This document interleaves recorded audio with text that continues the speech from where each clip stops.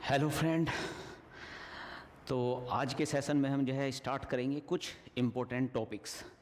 Actually में जो आज का सेशन है वो अपने आप में काफ़ी इम्पोर्टेंट है, और इम्पोर्टेंट इस परिप्रेक्ष्य में है कि हम कुछ ऐसे एब्स्ट्रैक्ट टॉपिक लाए हैं जो एक्चुअली में कई बार आते हैं, लेकिन हम जनरली इस तरह के टॉपिकों पर ज़्यादा ध्यान नहीं देते हैं। कुछ ऐसे टॉपिक जो करंट अफेयर के लिए ज़रूरी हैं और उस पर कुछ क्वेश्चंस भी आपको लगातार देखने को मिलेंगे। और नॉर्मल जो हम अपने जो है करंट अफेयर पढ़ते हैं उसमें उन टॉपिकों को हम कवर नहीं करते हैं, इसीलिए इसे हम जो है कुछ बचे कुचे टॉपिक, मिसलीनियस टॉपिक के नाम से जो है जानते हैं।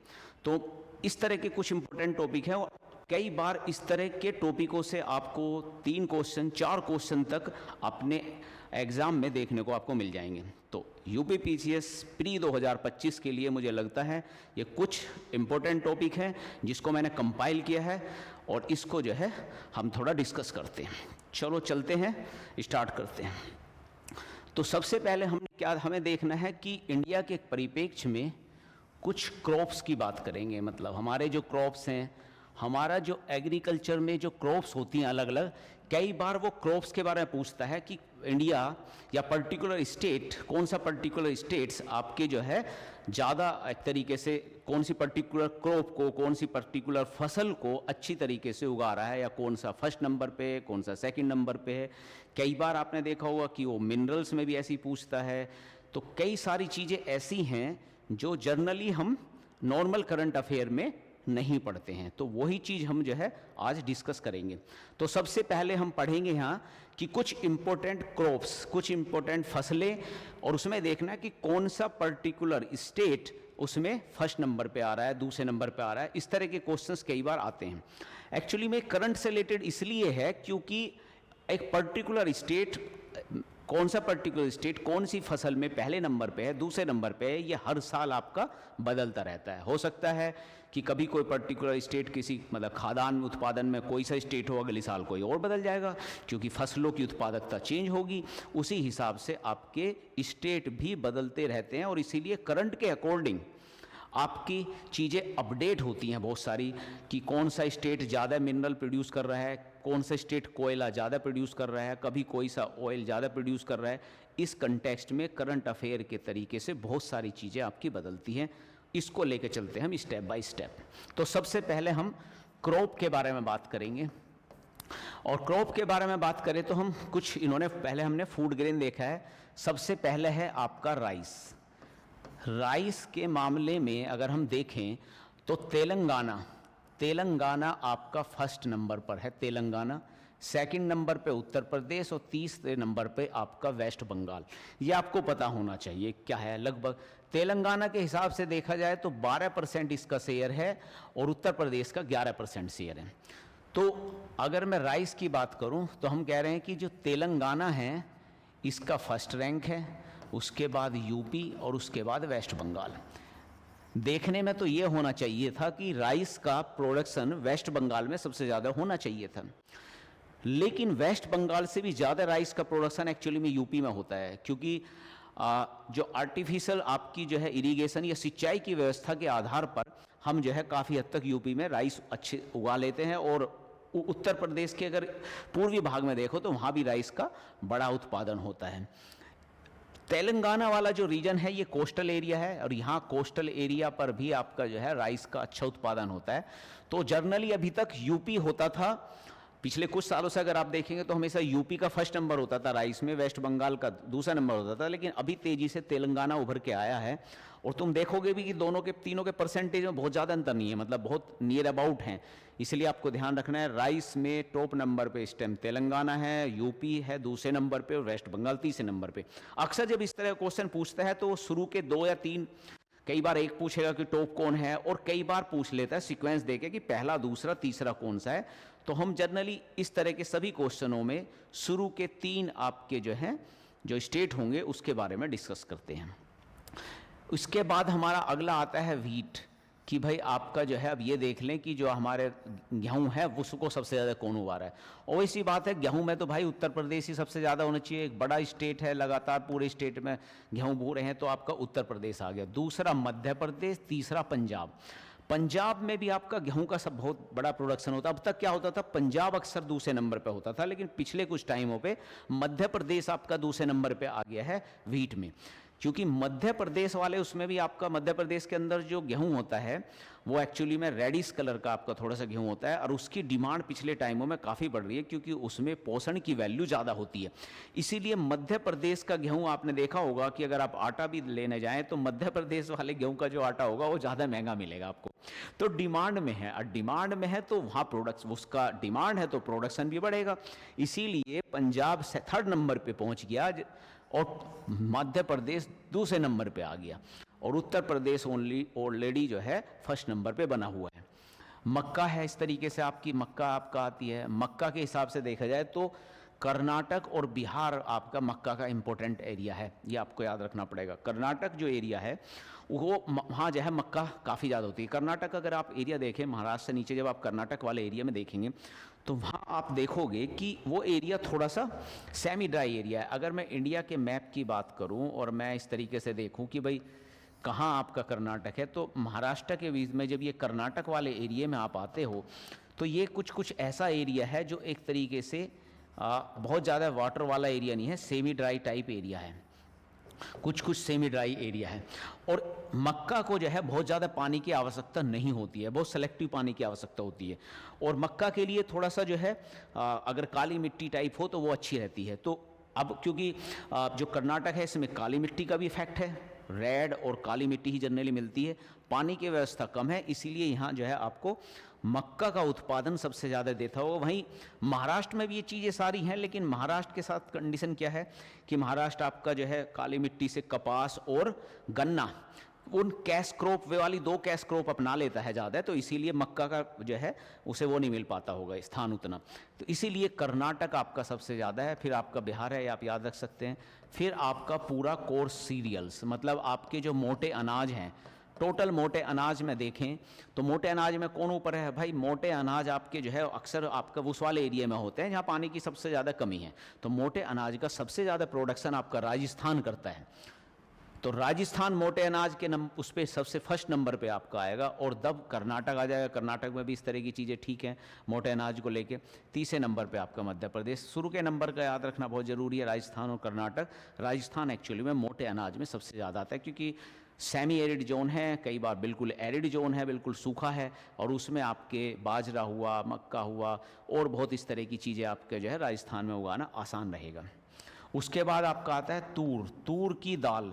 एक्चुअली में जो हमारी दाल है उसमें सबसे ज़्यादा दाल का प्रोडक्शन तूर की दाल का होता है, और हमने बजट में भी पढ़ा था कि गवर्नमेंट भी तूर की दाल को बढ़ाने की कोशिश कर रही है, वहाँ से आप कनेक्ट कर पा रहे होंगे। और तूर की जो दाल है वो सबसे ज़्यादा होती है कर्नाटक में, फिर महाराष्ट्र में, फिर उत्तर प्रदेश में। उत्तर प्रदेश भी एक्चुअली तूर की दाल के लिए बड़ा इंपॉर्टेंट एरिया है। और जो तूर की दाल है उसकी भी स्थिति कुछ ऐसी है कि तूर की दाल को ना बहुत ज़्यादा पानी नहीं चाहिए, अगर ज़्यादा पानी आ गया तो तूर की दाल आपकी ख़राब हो जाती है। तो उस कंडीशन में आप देख सकते हैं कि कर्नाटक वाला एरिया यहाँ भी आपके लिए सेटल डाउन सही बैठता है। तो तूर की दाल कर्नाटक, महाराष्ट्र और फिर उत्तर प्रदेश के स्पेशली आपकी सेंट्रल और वेस्टर्न उत्तर प्रदेश वाले एरिया में तूर की दाल आपको ज़्यादा देखने को मिलेगी। चना भी आपका इम्पोर्टेंट है भाई, और लेकिन चना सबसे ज़्यादा होता है मध्य प्रदेश में।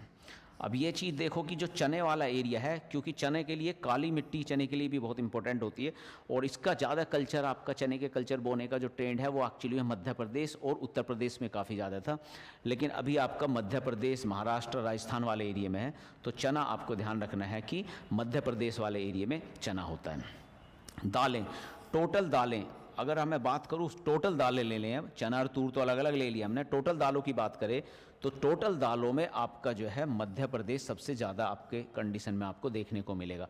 ऐसा क्यों है एक्चुअली में, ये भी देखो टोटल दालों में देखें 2-3 चीज़ हमें समझनी पड़ेगी। मध्य प्रदेश में चना बहुत ज़्यादा हो रहा है, तूर की दाल बहुत ज़्यादा हो रही है, सोयाबीन अभी हम आगे पढ़ेंगे, मध्य प्रदेश में सोयाबीन का भी सबसे बड़ा प्रोड्यूसर है। तो क्योंकि दालों वाली चीज़ें ना मध्य प्रदेश में बहुत ज़्यादा है, तो इसलिए मध्य प्रदेश दालों में 1st नंबर पर रहेगा। ठीक है, वहीं तिलहन में देखोगे, हम आगे जाएंगे तिलहन में, तो राजस्थान 1st नंबर पर आएगा, क्योंकि सरसों हुई या इस तरह के बीज वाले जो भी प्रोडक्ट हैं वो सूखे वाले एरिया में होते हैं और राजस्थान में सबसे ज़्यादा होते हैं। तो आपका तिलहन आपको देखने को मिलेगा सबसे ज़्यादा आपके जो है राजस्थान वाले एरिया में। इसलिए देखो आप यहाँ देखो, टोटल आपका यहाँ तेल है, तेलों के उत्पादन में सबसे बड़ा स्थान जो है राजस्थान का है, फर्स्ट नंबर पे। और फिर मध्य प्रदेश आता है, क्योंकि सोयाबीन वगैरह इन सारी चीज़ों से तेल निकलता है, तो ये सेकंड नंबर पे बना रहता है। गुजरात में आपका जो है जो अरंडी वगैरह का तेल होता है ये ज़्यादा है, इसीलिए ये थर्ड नंबर पे है। तो तेल के उत्पादन में राजस्थान सबसे टॉप पे है। वहीं आपका दालों के उत्पादन में जो है मध्य प्रदेश सबसे ज़्यादा टॉप पे है। लेकिन वहीं पूरे खाद्य पदार्थ, टोटल खाद्य पदार्थ सबसे ज़्यादा कहाँ होगा? ओवैसी बात है भाई, सबसे बड़ा यूपी है, और यूपी में आपका राइस भी सही हो रहा, वीट भी हो रहा, तो खाद्य पदार्थ में टोटल आपका जो है उत्तर प्रदेश सबसे फर्स्ट नंबर पे आ जाएगा, और देन आपका मध्य प्रदेश आएगा, क्योंकि गेहूं का उत्पादन तो यहाँ भी अच्छा हो रहा है। थर्ड कोई पंजाब नंबर पे सेम ही हो जाएगा। उसके बाद आपका ग्राउंड नट देखते हैं, जो आपकी जो है ग्राउंड नट होती है मूंगफली की, उसमें बाद में देखें तो देखो मूंगफली होती है रेतीली टाइप के, जो रेतली आपकी ज़मीन होती है, और रेतली ज़मीन के लिए गुजरात इसके लिए सबसे सुटेबल एरिया है, और राजस्थान। राजस्थान वाला एरिया और राजस्थान के नीचे वाला अगर आप एरिया देखेंगे तो राजस्थान में जाओगे, जब आप राजस्थान वाला एरिया देखोगे, यहाँ राजस्थान वाला एरिया और ये गुजरात वाला एरिया, तो राजस्थान और गुजरात वाले एरिया में आपके एक्चुअली रेतीली ज़मीन है, और ये रेतीली ज़मीन टाइप जो होती है वो आपकी मूंगफली के लिए उपयुक्त होती है। तो गुजरात सबसे टॉप नंबर पे, राजस्थान तीसरे नंबर पे, मध्य प्रदेश और राजस्थान दूसरे पे, मध्य प्रदेश तीसरे नंबर पर आता है। आगे बढ़ते हैं, मस्टर्ड, रैपसीड या मस्टर्ड की बात करेंगे तो मतलब सरसों वाला तेल आपका जो बात करेंगे तो ये कहाँ से होगा भाई? सरसों सबसे ज़्यादा राजस्थान में होगी। मैंने बताया तिलहन का तेल का जो सबसे बड़ा प्रोडक्शन है वो राजस्थान है, और सरसों का भी आपका जो है बड़ा प्रोडक्शन आपका जो है राजस्थान में होगा। सबसे ज़्यादा सरसों आपकी राजस्थान में होती है, क्योंकि इसे भी जो है कम आपका जो है पानी की ज़रूरत होती है। तो पूरा आपका भरतपुर वगैरह, आगरा, इस वाले इधर से वाले पूरे वाले रीजन में आप देखेंगे तो पूरा आपको सरसों दिखाई देगा। तो राजस्थान में सरसों ज़्यादा है, तभी तो तेल राजस्थान में सबसे ज़्यादा होगा भी। सोयाबीन का भी तेल निकलता है, इसीलिए मध्य प्रदेश तेल में दूसरे नंबर पे है, और सोयाबीन में आपका मध्य प्रदेश में सबसे ज़्यादा है। और मध्य प्रदेश में सोयाबीन आपका एक तरीके से दालों के उसमें आती है, तो दालों में भी हाईएस्ट है। फिर उसके बाद सोयाबीन में महाराष्ट्र बहुत तेज़ी से उभर रहा है। एक्चुअली में सोयाबीन के रूप में अगर आप देखें तो महाराष्ट्र बहुत तेज़ी से आपका जो है मध्य प्रदेश को सरपास करेगा, क्योंकि सोयाबीन आपकी ब्लैक सॉइल में होती है, सोयाबीन भी ज़्यादा अच्छी। मध्य प्रदेश में भी सॉइल है उस तरह की, महाराष्ट्र में भी उसी तरह की सॉइल है, और महाराष्ट्र गवर्नमेंट जो है सोयाबीन के लिए सब्सिडीज दे रही है, क्योंकि एक अच्छी कैश क्रॉप के रूप में उभर रही है, तो ये इसलिए दोनों ऊपर हैं।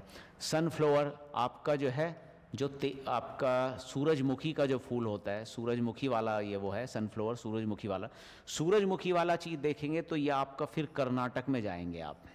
देखो कम पाने वाले एरिया में अगर आप कर्नाटक में देखें तो कर्नाटक में मक्का बहुत ज़्यादा होती है। कर्नाटक में आपका अगर आप देखें तो आप कर्नाटक में सनफ्लावर बहुत ज़्यादा होता है। कर्नाटक में ये भी बहुत ज़्यादा होता है कि मक्का और तूर की दाल, तीन चीज़ें समझो। तूर की दाल कम पानी में होती है, आपका मक्का आपका कम पानी में होती है, और साथ में ही आपकी जो है सूरजमुखी वाला भी कम पानी में होता है। और इन सभी के लिए एक्चुअली में इस तरह का कि रेड और ब्लैक टाइप आपकी मिक्स आपकी सोयल की ज़रूरत होती है। लाल और काली सोयल एक साथ मिला के मिक्स वाले एरिया सबसे बढ़िया रहता है इनके लिए, जहाँ कर्नाटक उस कंडीशन में बिल्कुल सूटेबल बैठता है। तो इसीलिए आपको याद रखना है कि आपका जो है ये वाली कंडीशन सूरजमुखी आपका कर्नाटक में ज़्यादा होता है। कुछ कैश क्रॉप की बात करेंगे, जैसे गन्ना। अब गन्ने का उत्पादन ओवैसी बात है सबसे ज़्यादा आपका उत्तर प्रदेश में ही होता है गन्ना, और जितना भी गन्ना होता है उसका लगभग 47%, मतलब 47-48, मतलब जितना गन्ना हो रहा है उसका लगभग 50% आपका जो है गन्ना जो है उत्तर प्रदेश में ही होता है, ये आप समझना है। दूसरे नंबर महाराष्ट्र में आएगा, तीसरा कर्नाटक, क्योंकि महाराष्ट्र और कर्नाटक भी आपके जो है गन्ना उत्पादन में काफ़ी आगे हैं। ठीक है, इसके बाद आपका आता है कॉटन, कपास भी आपका इम्पोर्टेंट है। कपास आपका गुजरात में ज़्यादा है। हमने बात करी थी कि गुजरात वाले एरिया में दो चीज़ बहुत ज़्यादा होती है, रेतीली ज़मीन है टाइप है, और जहाँ भी गुजरात वाले एरिया में काली ज़मीन है वहाँ उस पूरे में आपका गुजरात और महाराष्ट्र में आपका कपास बहुत ज़्यादा होगा, उसके लिए सूटेबल है। तो गुजरात में सबसे पहले कपास, फिर महाराष्ट्र आपका सेकंड नंबर पे होगा कपास में। ठीक है, जूट आपने देखा होगा, जूट आपका सबसे ज़्यादा वेस्ट बंगाल में होता है, और उसके बाद बिहार में। वेस्ट बंगाल, बिहार और असम, क्योंकि ये हमेशा होता है बहुत हैवी बारिश वाले एरिया में, तीनों बहुत हैवी बारिश वाले एरिया हैं ये। इसके बाद आपका ज्वार होता है। ज्वार का जो आपका सिस्टम है वो एक्चुअली में हो रहा है महाराष्ट्र में। महाराष्ट्र और कर्नाटक में जैसे मक्का का प्रोडक्शन काफ़ी ठीक ठाक है, इसी तरीके से आपका ज्वार का भी प्रोडक्शन काफ़ी ठीक ठाक है। महाराष्ट्र वाले एरिया में अगर आप देखेंगे तो महाराष्ट्र वाले एरिया में आपका एक्चुअली में क्या है कि जिस तरीके से जो ज्वार है एक्चुअली में चरी में भी यूज आती है ज्वार, और खादान में भी यूज आती है, दोनों चीज़ों में आपका यूज आ जाती है। तो उस तरीके से आपका महाराष्ट्र में देखिएगा। बाजरा देखिए, बाजरे का इंपॉर्टेंट, बाजरा आपका राजस्थान में होगा, ऑब्वियसली बात है, होना ही राजस्थान में, क्योंकि बाजरा जो है सबसे बहुत कम पानी वाली फसल है, बिल्कुल एक तरीके से मिलेट्स है बाजरा। और बाजरा जो है मोटा अनाजों में आता है, राजस्थान में आपका सबसे हाईएस्ट होगा। बाजरा का बहुत ज़्यादा प्रचलन आपका उत्तर प्रदेश में भी है, उत्तर प्रदेश वाले एरिया में भी बाजरा बहुत ज़्यादा होता है, स्पेशली आपका जो इनका बुंदेलखंड वाला रीजन है और सेंट्रल यूपी है, सेंट्रल यूपी और बुंदेलखंड, इन दोनों एरिया, इस एरिया में बाजरा बहुत ज़्यादा है, क्योंकि बहुत ज़्यादा पानी की अवेलेबिलिटी नहीं है, वहाँ आपका बाजरा जो है खूब अच्छी तरीके से होता है यूपी के अंदर, सेकेंड नंबर पर आ जाता है इसलिए। उसके बाद आ गया आपका पोटैटो, मतलब आपका जो है ये आ गया पोटैटो। अगर आपके बारे में बात करें कि पोटैटो कहाँ सबसे ज़्यादा हो रहा है, तो आपका पोटैटो सबसे ज़्यादा हो रहा है Uttar Pradesh, then West Bengal, then Bihar. ये इसीलिए ये भी याद रखना जरूरी है, उत्तर प्रदेश में आपका जो है पोटैटो सबसे ज़्यादा होता है। एक्चुअली में अगर आप आगरा मथुरा वाले रीजन में देखो ना, तो आप ये यहाँ पोटैटो का एक इन्होंने पूरा एक तरीके से एक्सपोर्ट सेंटर भी है आपका। अगर आगरा वाले रीजन में देखो, उस वाले रीजन में पोटैटो बहुत ज़्यादा होता है। तो जो आलू का प्रोडक्शन इसलिए उत्तर प्रदेश में ज़्यादा है, फिर वेस्ट बंगाल में भी ज़्यादा है और बिहार में भी ज़्यादा है, ठीक है। वेस्ट बंगाल वाले एरिया में देखे थे तो वेस्ट बंगाल एरिया में जो आपका पहाड़ी वाला वो जो आलू होता है वो वेस्ट बंगाल वाले एरिया से आता है। दो तरह के आलू होते हैं, एक आपके पहाड़ी टाइप वाला आलू होता है, उसमें वेस्ट बंगाल के जो पहाड़ी एरिया है उधर ज़्यादा होता है, और नॉर्मल आपका आलू जो है उत्तर प्रदेश में सबसे ज़्यादा होता है, ठीक है। उसके बाद प्याज, ऑनियन आपको पता होना चाहिए भैया। कांधा जो सबसे ज़्यादा होता है आपका महाराष्ट्र में। महाराष्ट्र में के लिए महाराष्ट्र जो है कांधे के लिए, कांधा महाराष्ट्र में ऑनियन को कांधा बोला जाता है और कांधे के लिए बहुत फेमस है। तो ऑनियन आपका महाराष्ट्र में होगा, देन मध्य प्रदेश में आपका आ जाएगा। फिर कोकोनट, भाई कोकोनट आपका मामला है तो सबसे ज़्यादा कोकोनट आपके कर्नाटक में हो रहे हैं, फिर तमिलनाडु और फिर केरला। एक्चुअली में कोकोनट में हमेशा यही 3 स्टेट आगे पीछे चलते रहते हैं, क्योंकि तटीय क्षेत्र पर ही कोकोनट होता है। जितना भी नारियल का उत्पादन होगा वो हमेशा तटीय क्षेत्र पर होगा, लेकिन तटीय क्षेत्र में ये आपस में ऊपर नीचे होते रहते हैं। तो आपको याद रखना पड़ेगा कि इस बार आपका कर्नाटक ऊपर है, तमिलनाडु का भी केरल ऊपर चला जाता है। फिलहाल आपका कर्नाटक, देन तमिलनाडु, देन केरला सबसे कम पर है, कर्नाटक सबसे हाईएस्ट नंबर पे आपका पहुंचा हुआ है। उसके बाद आपका जो है कैश्यूनट है। कैश्यूनट आपका जो है जो हमारी ड्राई फ्रूट्स होते हैं, ड्राई फ्रूट्स में जो आपका कैश्यूनट होता है, काजू, एक्चुअली में कैश्यूनट को हम काजू कहते हैं। तो काजू का प्रोडक्शन सबसे ज़्यादा आपका महाराष्ट्र में। एक्चुअली में जो वेस्टर्न घाट वाला एरिया है, जो हमारा वेस्टर्न घाट है, पश्चिम भाग है जो हमारा, अगर इंडिया का हम मैप देखें तो इंडिया के मैप में अगर आप देखें तो हमारा जो है जो पश्चिम घाट वाला पूरा एरिया है, पश्चिम घाट वाला एरिया, इसके जो ढलान वाले एरिया पे, इस पे आपका जो है ना मसाले, आपका ड्राई फ्रूट, कुछ चाय, ये सारी चीज़ें बहुत ज़्यादा होती है। और आपका काजू उसमें जो है महाराष्ट्र आपका फर्स्ट नंबर पे आपका होता है। इसी तरीके से उधर के दूसरे कोस्ट पे आंध्र प्रदेश पर आपका सेकंड नंबर पे हो जाएगा, ठीक है। तो एक तरीके से तटीय क्षेत्र वाला जो एरिया है उसी पे ही आपका होता है काजू वाला, ठीक है। उसके बाद आपका फ्रूट्स की बात करेंगे कि भाई फलों का पैदावार सबसे ज़्यादा कहाँ होती है। फलों की पैदावार में अगर आप देखोगे तो आंध्र प्रदेश में आपका फलों की पैदावार सबसे ज़्यादा हो रही है, दूसरे नंबर पे महाराष्ट्र, तीसरे नंबर पे उत्तर प्रदेश। अगर टोटल फ्रूट्स हम मिला ले जाएंगे, टोटल बाई फ्रूट्स की उत्पादकता कहाँ सबसे ज़्यादा है, तो याद रखना पड़ेगा कि आंध्र प्रदेश में अगर आप देखें तो सबसे ज़्यादा केले भी आपके आंध्र प्रदेश में होते हैं। केले का हम बहुत बड़ा प्रोड्यूसर है, तो और भी इस तरह के कई सारे फ्रूट्स हैं। तो ओवरऑल मिला के आंध्र प्रदेश आपका जो है फर्स्ट नंबर पे रहता है। महाराष्ट्र आपका पता ही है कि महाराष्ट्र वाले एरिया में आपका जो है कुछ फलों में जैसे आपका अंगूर हुआ, महाराष्ट्र के उसमें आम हुआ, और इसके साथ साथ आपका सबसे इम्पोर्टेंट जो है संतरा हुआ महाराष्ट्र वाले एरिया का, ये बड़ा फेमस है, सेकंड नंबर पर। उत्तर प्रदेश भी बैंगो इनको लेके अगर आप देखोगे तो अच्छा आपका फल का प्रोड्यूसर बन जाता है तीनों स्टेट। टोटल वेजिटेबल, टोटल सब्जियाँ, अब ओवरऑल सब्जियों का सबसे बड़ा प्रोड्यूसर कौन है इस टाइम में अगर देखें तो उत्तर प्रदेश सबसे ज़्यादा सब्जी उगाता है, then West Bengal, then Madhya Pradesh. तो उत्तर प्रदेश में सब्जी सबसे ज़्यादा होगी, जनसंख्या भी ज़्यादा है उत्तर प्रदेश में। आपका जब देखेंगे तो छोटे किसान एक्चुअली सब्जी उगाते हैं, हमेशा छोटे किसान, छोटे किसानों के लिए सब्जी उगाना वायबल होता है। तो छोटे किसान उत्तर प्रदेश में बहुत ज़्यादा हैं, इसीलिए वहाँ सब्जी उगाने का चलन बहुत ज़्यादा है, ठीक है। इसकी स्पाइस का मतलब आपका मसाला, तो मसाला में ओवरऑल देखें कहाँ होएगा, मसाला में अगर देखें तो ओवरऑल मसाले में मध्य प्रदेश, देन गुजरात, देन आंध्र प्रदेश।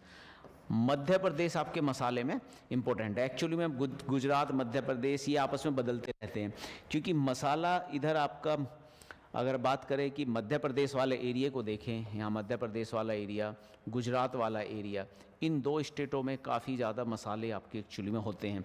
तो मसाले को आपको ये आपस में एक दूसरे ऊपर नीचे होते हैं, कभी गुजरात फर्स्ट होता है मसालों में, तो कभी आपका मध्य प्रदेश फर्स्ट होता है। तो ओवरऑल आपका इस तरीके से टोटल हमने एक बार फसलों के बारे में पढ़ लिया कि भाई ये हमारी फसलें थी। अब हमारा कुछ एक चीज़ जो एरिया वाइज क्रॉप है, मतलब हर क्रॉप अपना एक एरिया लेकर बैठी होगी कि भाई इतना एरिया है इस पर्टिकुलर क्रॉप के अंदर, तो कई बार इसके बारे में भी वो थोड़ा सा पूछ लेता है। इसको पूरा हमें नहीं पढ़ना है, कुछ सेलेक्टिव क्रॉप का एरिया देखना है कहाँ सबसे ज़्यादा है।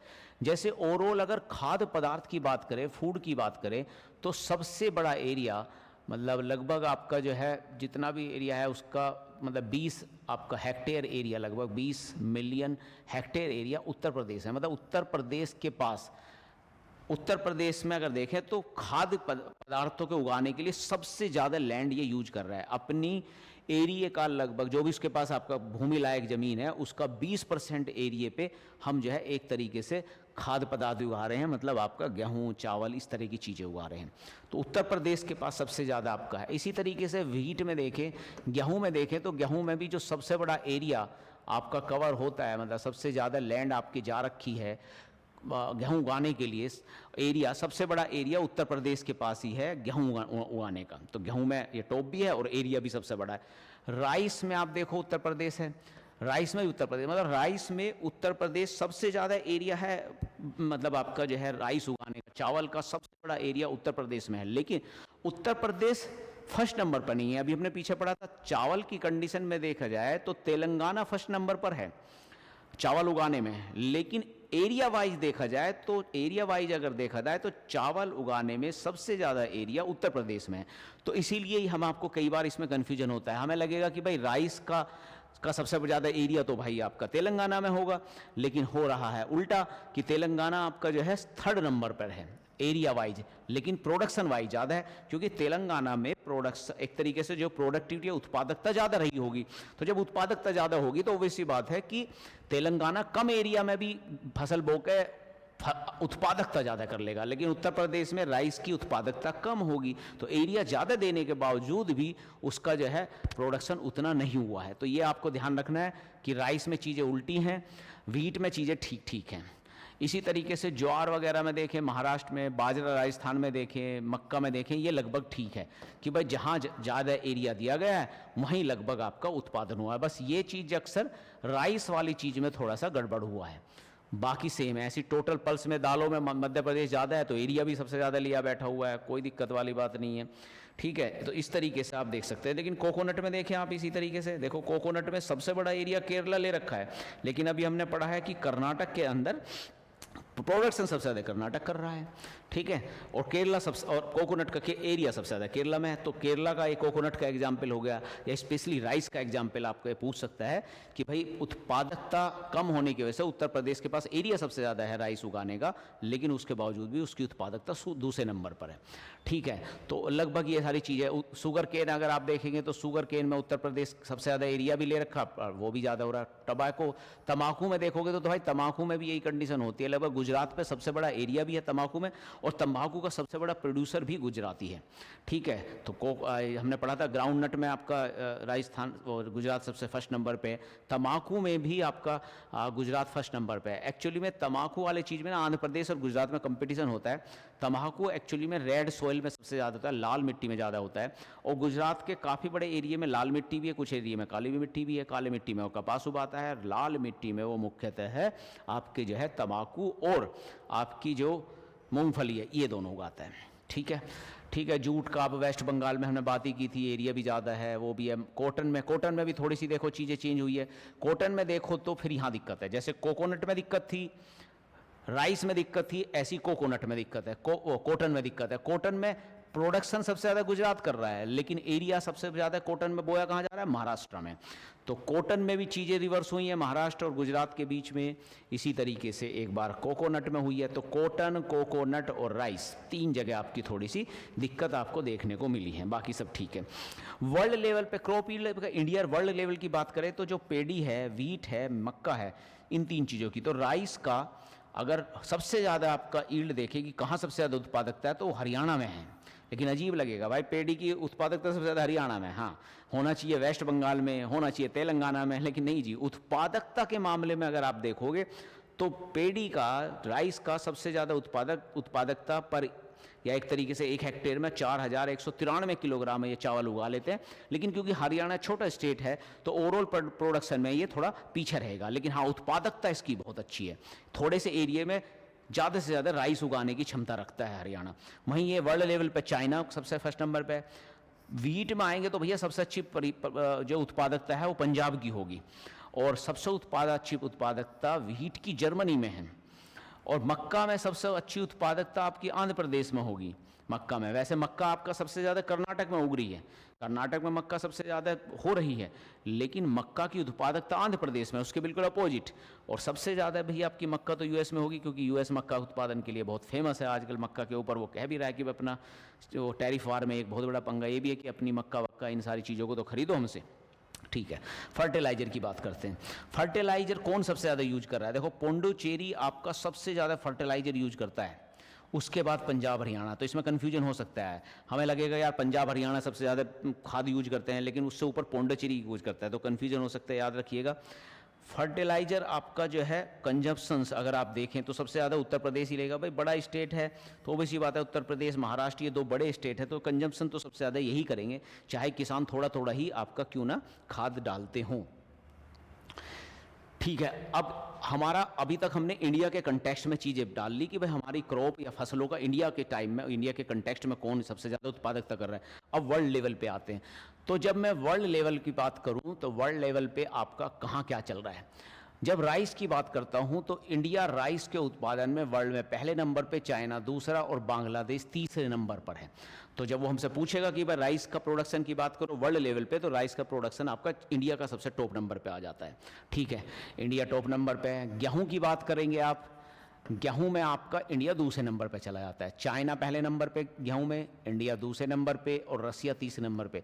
रसिया में भी आपको पता है कि भाई बहुत बड़ा एरिया है रसिया के पास, तो और जो वेदर की बात करें, क्योंकि गेहूं के लिए क्या चाहिए, गेहूं के लिए गर्मी के साथ साथ थोड़ी सर्दी भी चाहिए।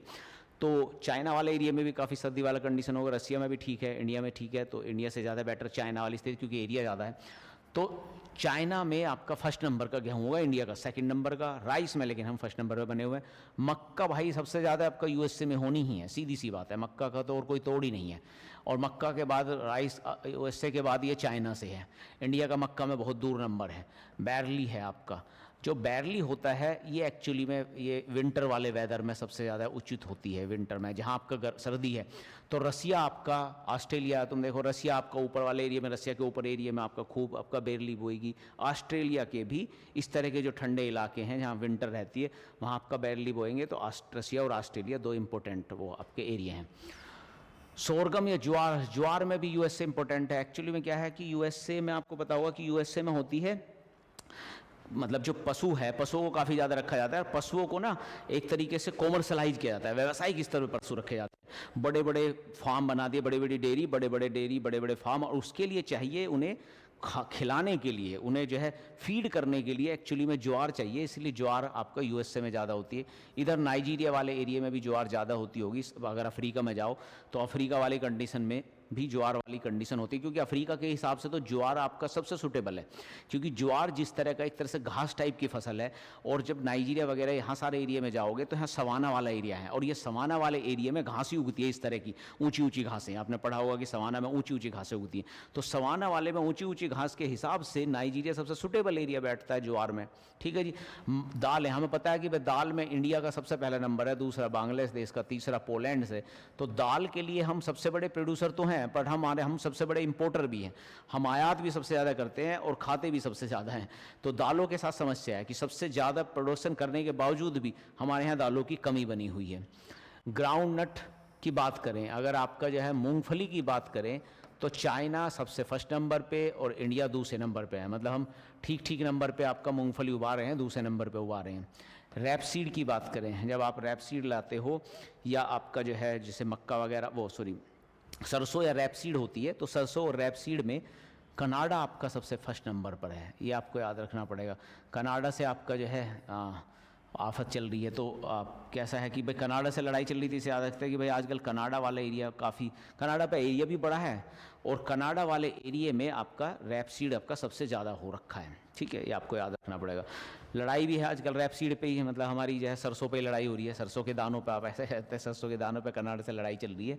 सोयाबीन, देखो सोयाबीन के लिए सबसे इम्पोर्टेंट एरिया ब्राज़ील है और इंडिया यहाँ 5वें नंबर पर है, ठीक है, हमसे ऊपर यूएसए भी, अर्जेंटीना। सोयाबीन में आपका इंडिया में तो मुख्यतः आपका जो है महाराष्ट्र वाले एरिया, जो इधर महाराष्ट्र या आपका मध्य प्रदेश वाले एरिया में ज़्यादा आपका सोयाबीन होती है, लेकिन ब्राज़ील का एरिया भी कुछ कुछ इसी तरीके का है जो आपके सोयाबीन के लिए बहुत सूटेबल है। ब्लैक टाइप ऑयल वाला सिस्टम, उसी तरह का क्लाइमेट, तो सोयाबीन सबसे ज़्यादा आपका ब्राज़ील में हो रही है, ये आपको ध्यान रखना है।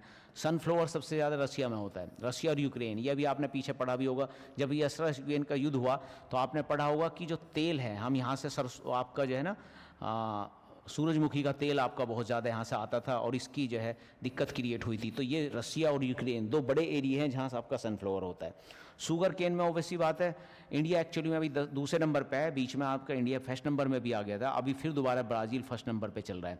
तो शुगर केन में कभी ब्राज़ील कभी इंडिया ऊपर नीचे चलते रहते हैं। अब याद रखना है कि ब्राज़ील फर्स्ट नंबर पे फिलहाल। कॉटन की बात करें तो हम दूसरे नंबर पे हैं ही, तीसरे नंबर पे यूएसए और पहले नंबर पे हमेशा इसमें चाइना है, ठीक है। हम कॉटन को भी बढ़ाने की कोशिश कर रहे हैं, फर्स्ट नंबर में चाहते हैं। जूट आपका सबसे बड़ा उत्पादक बांग्लादेश है, देन इंडिया। जूट में अगर आप देखेंगे तो जूट में हम बांग्लादेश के पास एक्चुअली में जिस तरह की स्थिति है, जिस तरह से नदियाँ चाहिए, पानी चाहिए, उस स्थिति में ना बांग्लादेश के पास सबसे सूटेबल कंडीशन है। वैसे भी ये जब हम अलग हुए थे तो सबसे बड़ा गढ़ हमेशा से जूट के उत्पादन का बांग्लादेश रहा है। बांग्लादेश में जूट ज़्यादा होता था और वेस्ट बंगाल वाले एरिया में इंडस्ट्री बहुत ज़्यादा थी, ठीक है। तो बाद में फिर अपने एरिया में जूट बोना शुरू हुआ, लेकिन इतना ज़्यादा नहीं, दूसरे नंबर पर हम आ चुके हैं उसमें। पोटैटो आपका, आलू सबसे ज़्यादा भाई चाइना में, दूसरे नंबर पर इंडिया होता है। आलू जैसे लोग दिखते हैं। ऑनियन आप देखें तो ऑनियन में सबसे इंडिया है, तो महाराष्ट्र आपका हमारा जिंदाबाद है, क्योंकि महाराष्ट्र में ऑनियन ज़्यादा होती है, इंडिया को फर्स्ट नंबर पे ला रखा है। टमाटर भाई चाइना और इंडिया, चाइना वाले आपके जो है टमाटर की तरह रेडिश होते हैं, तो फर्स्ट नंबर पे बने रहेंगे, इंडिया वाले उतने लाल नहीं हैं भाई। एप्पल की बात करें तो फिर चाइना है, फिर लाल वाला मैटर आ गया, तो दोनों टमाटर और एप्पल दोनों आपके चाइना के ही लाल होंगे भाई, इंडिया के नहीं हो सकते। बनाना में इंडिया है, क्योंकि भाई बनाना इंडिया को चाहिए ऐसी वाली चीज़ जिसे खा के आपका तुरंत भूख नहीं मिट जाए, लंबे टाइम तक वो खाने की जरूरत ही ना पड़े, तो वो उसमें बनाना इंपॉर्टेंट होगा। बनाना में भी स्टेट में देखेंगे तो आंध्र प्रदेश आपका सबसे बड़ा प्रोड्यूसर होता है बनाना का। कोकोनट भाई इंडोनेशिया का, ये भी इंपॉर्टेंट है। ये तीन आपस में कूदते फानते रहते हैं ऐसे, कभी इंडोनेशिया, कभी फिलीपींस, कभी इंडिया, आपस में ऊपर नीचे होते रहते हैं। याद रखना है इंडोनेशिया इंडिया का भाई, इंडोनेशिया आपका ऊपर है, फिर फिलीपींस बीच में, फिर इंडिया।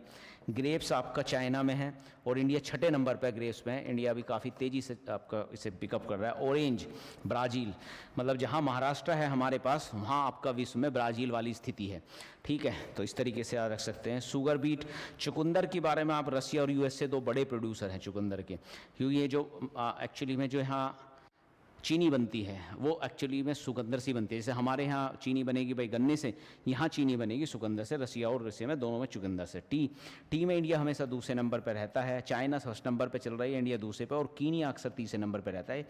सेम सीक्वेंस चलता रहता है। वहीं आपका कॉफ़ी की बात करें, मतलब ग्रीन टी की बात करें, तो भाई कॉफ़ी की बात कर रहे हैं, सॉरी ग्रीन कॉफ़ी या ग्रीन कॉफ़ी, कुछ भी, जो भी आपका कॉफ़ी की बात करेंगे तो कॉफ़ी का सबसे बड़ा प्रोड्यूसर एक्चुअली में ब्राज़ील है, और उसके बाद वियतनाम। कॉफ़ी का सबसे बड़ा प्रोड्यूसर आप बात करेंगे तो कॉफ़ी में, इंडिया में बहुत ज़्यादा कॉफ़ी नहीं होती है, कॉफ़ी का सबसे बड़ा प्रोड्यूसर हमेशा से ब्राज़ील रहा है, ठीक है। तंबाकू का सबसे बड़ा प्रोड्यूसर वही, पहले चाइना है, फिर दूसरे नंबर पे इंडिया है, तीसरे नंबर पर तंबाकू ब्राज़ील में होता है। कोको हमारे लिए इम्पोर्टेंट होता है। अगर कोको वाला की बात करें, कोको वाला, तो कोको जो होता है, जो कोको बीन्स होती हैं, ये कोट डी इवोरी, ये आपका जो है अफ्रीका के वेस्टर्न वाले एरिया में है, कोट डी इवोरी, और वहीं आपका घाना है, ठीक है। तो अगर मैं अफ्रीका का वो देखूं तो अफ्रीका वाले इस वाले एरिया में अगर आप देखेंगे तो सॉरी, इस तरीके से ऐसे आप बनाइए। तो इस वाला एरिया पे अगर आप देखोगे यहाँ, तो यहाँ आपका जो है डी इवोरी वाला एरिया है, यहीं आपका घाना वाला एरिया है। इस वाले एरिया में आपका कोको सबसे ज़्यादा होता है। रबर के प्रोडक्शन में देखें, रबर भी इम्पोर्टेंट है। रबर के प्रोडक्शन में देखें तो थाईलैंड आपका सबसे फर्स्ट नंबर पे है। रबर का प्रोडक्शन में, रबर इस तरह के एरिया में होता है जहाँ बहुत ज़्यादा आपका वाटर की अवेलेबिलिटी होती है। हमारे यहाँ रबर की उत्पादकता सबसे ज़्यादा केरला में होती है। हमारे यहाँ अगर रबर की उत्पादकता की बात करो, केरल में होती है जहाँ खूब पानी पड़ता है। इसी तरीके से इधर अगर देखें तो रबर की उत्पादकता थाईलैंड में है, देन इंडोनेशिया, देन वियतनाम। ये आपस में बदलते बदलते रहते हैं। फिलहाल आपको याद रखना है Thailand and then Indonesia. Thailand आपका रबर में इम्पोर्टेंट है आपका, ठीक है। इसके बाद मिल्क है भाई। मिल्क के प्रोडक्शन में तो आपको पता ही है कि इंडिया मिल्क के प्रोडक्शन में पहले नंबर पे है, और यूएस से जो है मिल्क के प्रोडक्शन पे दूसरे नंबर पे आपका आता है, ठीक है। चलो जी आगे बढ़ते हैं। और फिर अब इस पर हमें थोड़ा सा टूरिज्म के बारे में बात करनी है कि हमारा जो है पर्यटन की स्थिति क्या है। अभी हमने एग्रीकल्चर में क्या क्या प्रोडक्ट थे वर्ल्ड लेवल पर और इंडिया लेवल पे एग्रीकल्चर में जो भी चीज़ें चेंज हो रही हैं उसके बारे में बात कर लिया।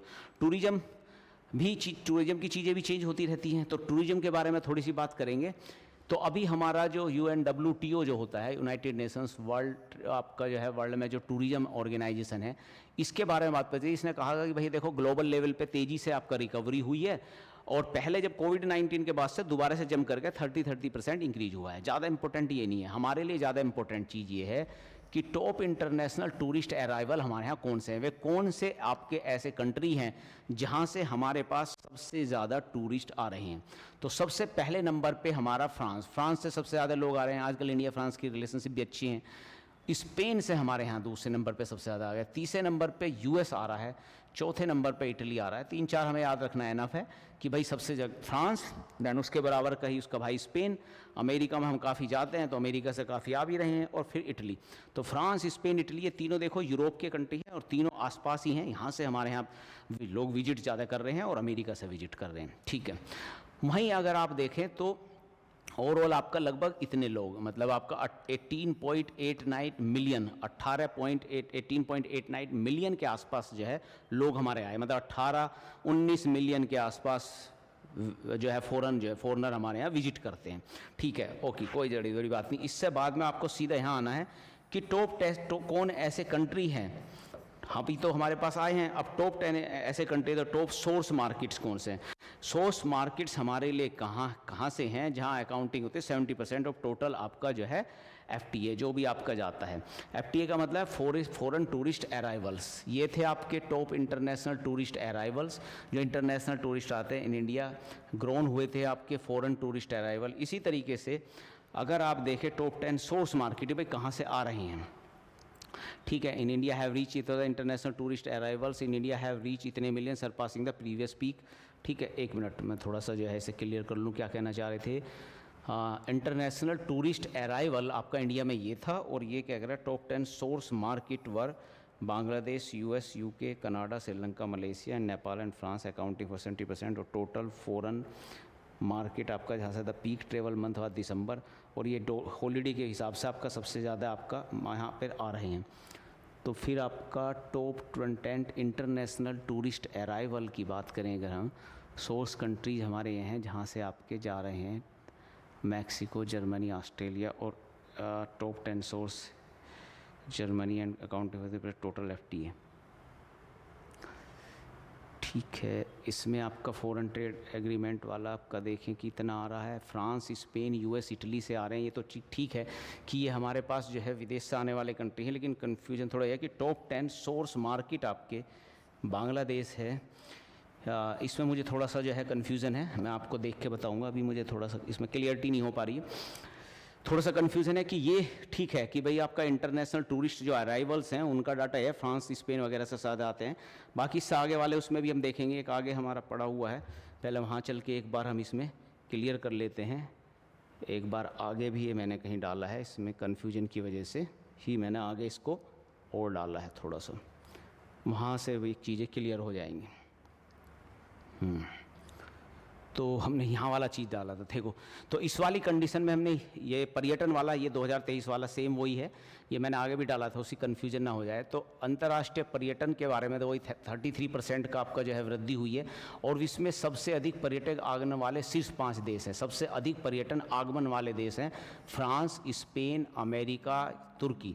ठीक है, ये आपके जो है मोस्ट विजिटेड कंट्री हैं इंटरनेशनल्स में आपका जो आया है इसमें। ठीक है, विश्व में सबसे अधिक पर्यटक आगमन वाले प्रदेश। अंतर्राष्ट्रीय पर्वत प्राप्तियाँ विश्व के शीर्ष तक, जहाँ से आपका आ रहा है पर्यटन प्राप्तियाँ कहाँ हो रही है, सबसे ज़्यादा यहाँ हो रही है। ठीक है, और उसके बाद आपका विदेशी पर्यटन वाला आ गया। इंडिया के कंटेक्स्ट में जब हम देखते हैं तो भारत में विदेशी पर्यटनों का आगमन, ठीक है, और इसी तरीके से भारत में चेक पोस्ट, भारत में नागरिकों के प्रस्थान के लिए हवाई अड्डे, 5 प्रमुख गंतव्य जहाँ से भारतीय जाते हैं। ठीक है, अब क्लियर है। तो अच्छा देखो हो क्या रहा है कि ये वो वाले चीज़ देख रहे हैं जो इंटरनेशनल स्तर पर देख रहे हैं, मतलब ये इंडिया में जो आ रहे हैं वो वाला चीज़ नहीं, ये आपका ये बता रहा है कि विश्व में सबसे अधिक पर्यटन आगमन वाले 5 देश हैं। मतलब कहाँ से लोग पर्यटन करने जा रहे हैं, वे कौन से ऐसे लोग हैं जो पर्यटन करने जा रहे हैं। जैसे फ्रांस के 7% लोग आपके पर्यटन में जाते हैं। इसी तरह स्पेन के, मतलब यहाँ के लोग सबसे ज़्यादा पर्यटन के लिए घूमने जा रहे हैं। इसमें सबसे अधिक पर्यटन आगमन वाले शीर्ष हैं, यहाँ आपके पर्यटन के लिए लोग आगमन आते हैं।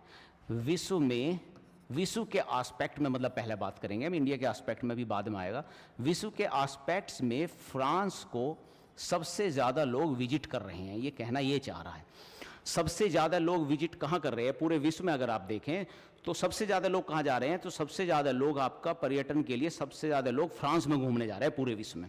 फ्रांस मोस्ट विजिटेड कंट्री है इसका मतलब। इसके बाद आपका स्पेन आता है दूसरे नंबर पर, लोग स्पेन घूमने जाते हैं, दैन यूएसए में जाते हैं, फिर इटली में जाते हैं, फिर टर्की में जाते हैं। ये 5 ऐसे कंट्री हैं जहाँ लोग सबसे ज़्यादा घूमने जा रहे हैं। तो ये ग्लोबल लेवल का डाटा एक्चुअली में, इसलिए कन्फ्यूजन हो, वहाँ भी इंटरनेशनल लिखा होता, ध्यान नहीं दिया हमने। ग्लोबल लेवल पे सबसे ज़्यादा लोग घूमने वाले, जहाँ लोग आते हैं घूमने, ये वाले कंट्री हैं। और पर्यटन से प्राप्तियों में देखा जाए कि भाई पर्यटन में देखा जाए तो सबसे ज़्यादा पर्यटन में पैसा कौन वसूल करता है, मतलब पर्यटन से फ़ायदा किसको सबसे ज़्यादा होता है। वैसे तो सबसे ज़्यादा लोग फ्रांस जा रहे हैं, लेकिन सबसे ज़्यादा पर्यटन से पैसा फ्रांस को नहीं मिल रहा है, मिल किसको रहा है, सबसे ज़्यादा आपको अमेरिका को मिल रहा है 11%, फिर स्पेन को मिलता है, फिर यूके को मिलता है, फिर फ्रांस को मिलता है। तो फ्रांस में सबसे ज़्यादा लोग विजिट करने तो जा रहे हैं, लेकिन पैसे मिलने के मामले में जो पर्यटन से फ़ायदा है वो 3rd नंबर पर है। सबसे ज़्यादा पर्यटन से फ़ायदा हो रहा है यूएसए को। यूएसए सबसे ज़्यादा पर्यटन से पैसा कमाता है, ये आप बात कह सकते हैं। ठीक है, अब बात यहाँ आती है कि इंडिया के कंटेक्स्ट में अगर हम देखें तो भारत के कंटेक्स्ट में अगर हम देखें तो भारत में विदेशी पर्यटनों का आगमन के बारे में बात करें तो सबसे ज़्यादा कौन से देश से आ रहे हैं हमारे यहाँ? सबसे ज़्यादा तो बांग्लादेश से आ रहे हैं। बांग्लादेश नज़दीक में, इजली अपना रेल में बैठे और आ गए। फिर यूएसए से आ रहे हैं दूसरे नंबर पे, यूएसए से आपके जो है फॉरेनर ज़्यादा आ रहे हैं, फिर यूके से आ रहे हैं। तो यूएसए यूके 2 हमारे लिए प्रोमिनेंट अट्रैक्शन का पोर्ट है, लोग यहाँ जाते भी ज़्यादा हैं, लोग यहाँ से आते भी ज़्यादा हैं। तो लेकिन बांग्लादेश सबसे नज़दीक है, तो Bangladesh, then USA, then UK, ये 3 कंट्री है जहाँ से हमारे पास सबसे ज़्यादा हमारे यहाँ पर्यटक आ रहे हैं। जो पर्यटक आते हैं वो सबसे ज़्यादा दिल्ली हवाई अड्डे पर आते हैं हमारे यहाँ, ये देख सकते हैं। फिर हमारे यहाँ से भारतीय नागरिक कहाँ जाते हैं? भारतीय नागरिक सबसे ज़्यादा घूमने जाते हैं भाई यूएई में। आसान है, नज़दीक है, ठीक है, इंडिया से रिलेशनशिप भी अच्छे हैं और इंडियन लोग भी इसमें काफ़ी हैं। तो पहले यूएई जाएंगे, फिर सऊदी अरब जाएंगे, फिर सऊदी अरब जाएंगे, फिर तीसरे नंबर पे हम यूएस से घूमने जाएंगे, संयुक्त राज्य अमेरिका में। तो इस तरीके से आप जो है इंडिया से घूमने वाले लोग सबसे ज़्यादा यूएई, फिर आपका सऊदी अरब और फिर आपका यूएस से जाते हैं। इस तरीके से आप कह सकते हो। वैसे भी यूएई तो लोग घूमने जाएंगे, सऊदी अरब में इसलिए घूमने का आज़ाद हो जाता है वो क्योंकि हज वगैरह के लिए लोग जाते हैं, तो इसीलिए सऊदी अरब जो है इजीली आपके घूमने वाले उसमें भारत की तरफ से हो जाता होगा। ठीक है, ये ठीक है। इसके बाद आपका घरेलू पर्यटन की बात करेंगे। ये तो हमने इंटरनेशनल की बात करी कि भाई हमारे देश से कहाँ लोग जा रहे हैं और कौन से देश से हमारे यहाँ लोग आ रहे हैं। फिर हमने ये भी बात की इंटरनेशनल एरिना पे कि सबसे ज़्यादा पर्यटन कहाँ होता है, कहाँ लोग विजिट करते हैं वर्ल्ड में, और सबसे ज़्यादा पैसा कहाँ कमाते हैं, ये भी हमने बात कर दी। अब हम जो हमारे घरेलू पर्यटक हैं उनके बारे में बात करेंगे कि भारत में घरेलू पर्यटक, जैसे मान लिया एक तरीके से समझ लो कि उत्तर प्रदेश का व्यक्ति मान लिया तमिलनाडु घूमने जा रहा है, तो इस तरह से घरेलू पर्यटक के बारे में बात करें तो घरेलू पर्यटक में सबसे ज़्यादा पर्यटक उत्तर प्रदेश आपका जो है अट्रैक्ट करता है। जितने भी घरेलू पर्यटक है उसका लगभग 19% उत्तर प्रदेश है। तो इसमें सबसे पहले उत्तर प्रदेश है, फिर आपका तमिलनाडु है, तमिलनाडु सेकंड नंबर पे आपका क्रिएट करता है, और फिर कर्नाटक है। तो उत्तर प्रदेश, तमिलनाडु और कर्नाटक, ये 3 स्टेट हैं जो सबसे ज़्यादा डोमेस्टिक या आपके घरेलू पर्यटकों को अट्रैक्ट करते हैं, ठीक है। और सबसे ज़्यादा इसलिए अगर आप देख रहे हो तो देखो कि भाई उत्तर प्रदेश में सबसे ज़्यादा है, फिर तमिलनाडु में, और उत्तर प्रदेश में भी आपका ताजमहल जो है सबसे ज़्यादा लोग देखने आते हैं, ठीक है। तो ये वाली चीज़ होगी। वापस उस पर चलते हैं, टूरिज्म वाली चीज़ हमारी लगभग कवर हो गई है। तो अब जो कन्फ्यूज़न था ये भी इसमें नहीं रहना चाहिए। हाँ जी, 1 मिनट। हाँ ये ठीक। तो टूरिज्म वाली अपनी चीज़ क्लियर होगी, वहाँ और ज़्यादा बेटर रखी थी। यहाँ भी आपका सेम वही दिखा रखा है हमें कि भाई उत्तर प्रदेश, तमिलनाडु, कर्नाटका आपका जो है जो डोमेस्टिक वो हैं, और top state of India in number of foreign tourist investor. अब बात यह होगी कि भाई कौन सा स्टेट वो है जिसमें सबसे ज़्यादा फॉरेन इन्वेस्टर, क्योंकि फॉरेन इन्वेस्टर आ तो रहे हैं लेकिन किस पर्टिकुलर स्टेट में सबसे ज़्यादा आ रहे हैं। डोमेस्टिक में तो उत्तर प्रदेश में सबसे ज़्यादा आ रहे हैं, लेकिन फॉरेनर इन्वेस्टर कहाँ सबसे ज़्यादा आ रहे हैं? फॉरेन इन्वेस्टर सबसे ज़्यादा महाराष्ट्र और गुजरात में जाते हैं। उत्तर प्रदेश में इसमें के मामले में उत्तर प्रदेश का 5वां नंबर है। तो उत्तर प्रदेश में 5वें नंबर पे जाते हैं, सबसे ज़्यादा जा रहे हैं महाराष्ट्र में। भाई मुंबई वाले एरिया में घूमने जाएगा ना आदमी, मुंबई वाला एरिया, गुजरात, अहमदाबाद वाला एरिया, तो बिजनेस के पर्पज़ से घूमने जा सकता है। महाराष्ट्र वाले उसमें मुंबई वाले एरिया में आपका घूमने के लिए सबसे प्रोमिनेंट एरिया है फॉरनर के लिए, ठीक है। आगे बढ़ते हैं। अब हमारा आता है फ्रूट्स की मैंने बात की थी कि भाई फ्रूट्स हमने बात की थी, ओवरऑल फ्रूट्स कहाँ हैं, ओवरऑल वेजिटेबल कहाँ हैं। अब इस वाली चीज़ में थोड़ा सा देखेंगे कि फ्रूट्स के टोटल प्रोडक्शन स्टेट वाइज अगर देखा जाए तो कहाँ कहाँ किस तरीके से आपका जो है चीज़ें होती हैं। तो प्रोड्यूसर वेजिटेबल वाला आपने बात कर ली थी, देखो फूड का देखा था हमने, फ्रूट्स में आंध्र प्रदेश, महाराष्ट्र वही है सेम, उत्तर प्रदेश, वेस्ट बंगाल, महाराष्ट्र वाला। पोटैटो में हमने बात की थी, उत्तर प्रदेश, वेस्ट बंगाल आती है। मैंगो में हमारा अभी तक हमने बात नहीं की, तो मैंगो को इसमें ले लेते हैं। मैंगो में उत्तर प्रदेश सबसे ज़्यादा है, देन आंध्र प्रदेश है, देन बिहार है।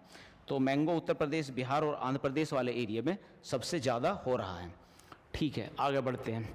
मैंगो तो हो गया, अब आपका आ गया अमरूद। भाई गवावा में कहाँ है? गवावा में भी उत्तर प्रदेश ही सबसे टॉप पर है और एमपी भी दूसरे नंबर पर है, ठीक है। लीची, लीची के लिए भाई बिहार बहुत फेमस है, सबसे फर्स्ट नंबर पे आपका जो है बिहार आता है। बिहार वाला जो है लीची के लिए सबसे फेमस होता है। इसके बाद आपका प्लांटेशन क्रॉप आपकी आती है। तो प्लांटेशन क्रॉप के बारे में अगर आप देखें, प्लांटेशन क्रॉप के बारे में देखें तो कैश्यू, एरिकोट, कोकोनट, कोको, ये 4 बारे में आपका बात कर रहा है। हम पीछे भी इसमें काफ़ी हद तक चीज़ें पढ़ चुके हैं, कैश्यू भी पढ़ चुके हैं, एरिकोट भी पढ़ चुके हैं, कोकोनट। ये आपका क्या है, ये आप देख लो कि एर्कीनट वाली चीज़ आपकी कर्नाटक में, ये एर्कीनट जो है ना, ये है आपकी जो हमारी वो होती है, एरकनोट आपका होता है जो मतलब एरकनोट वाला चीज़ है जो हम सुपारी होती है, सुपारी।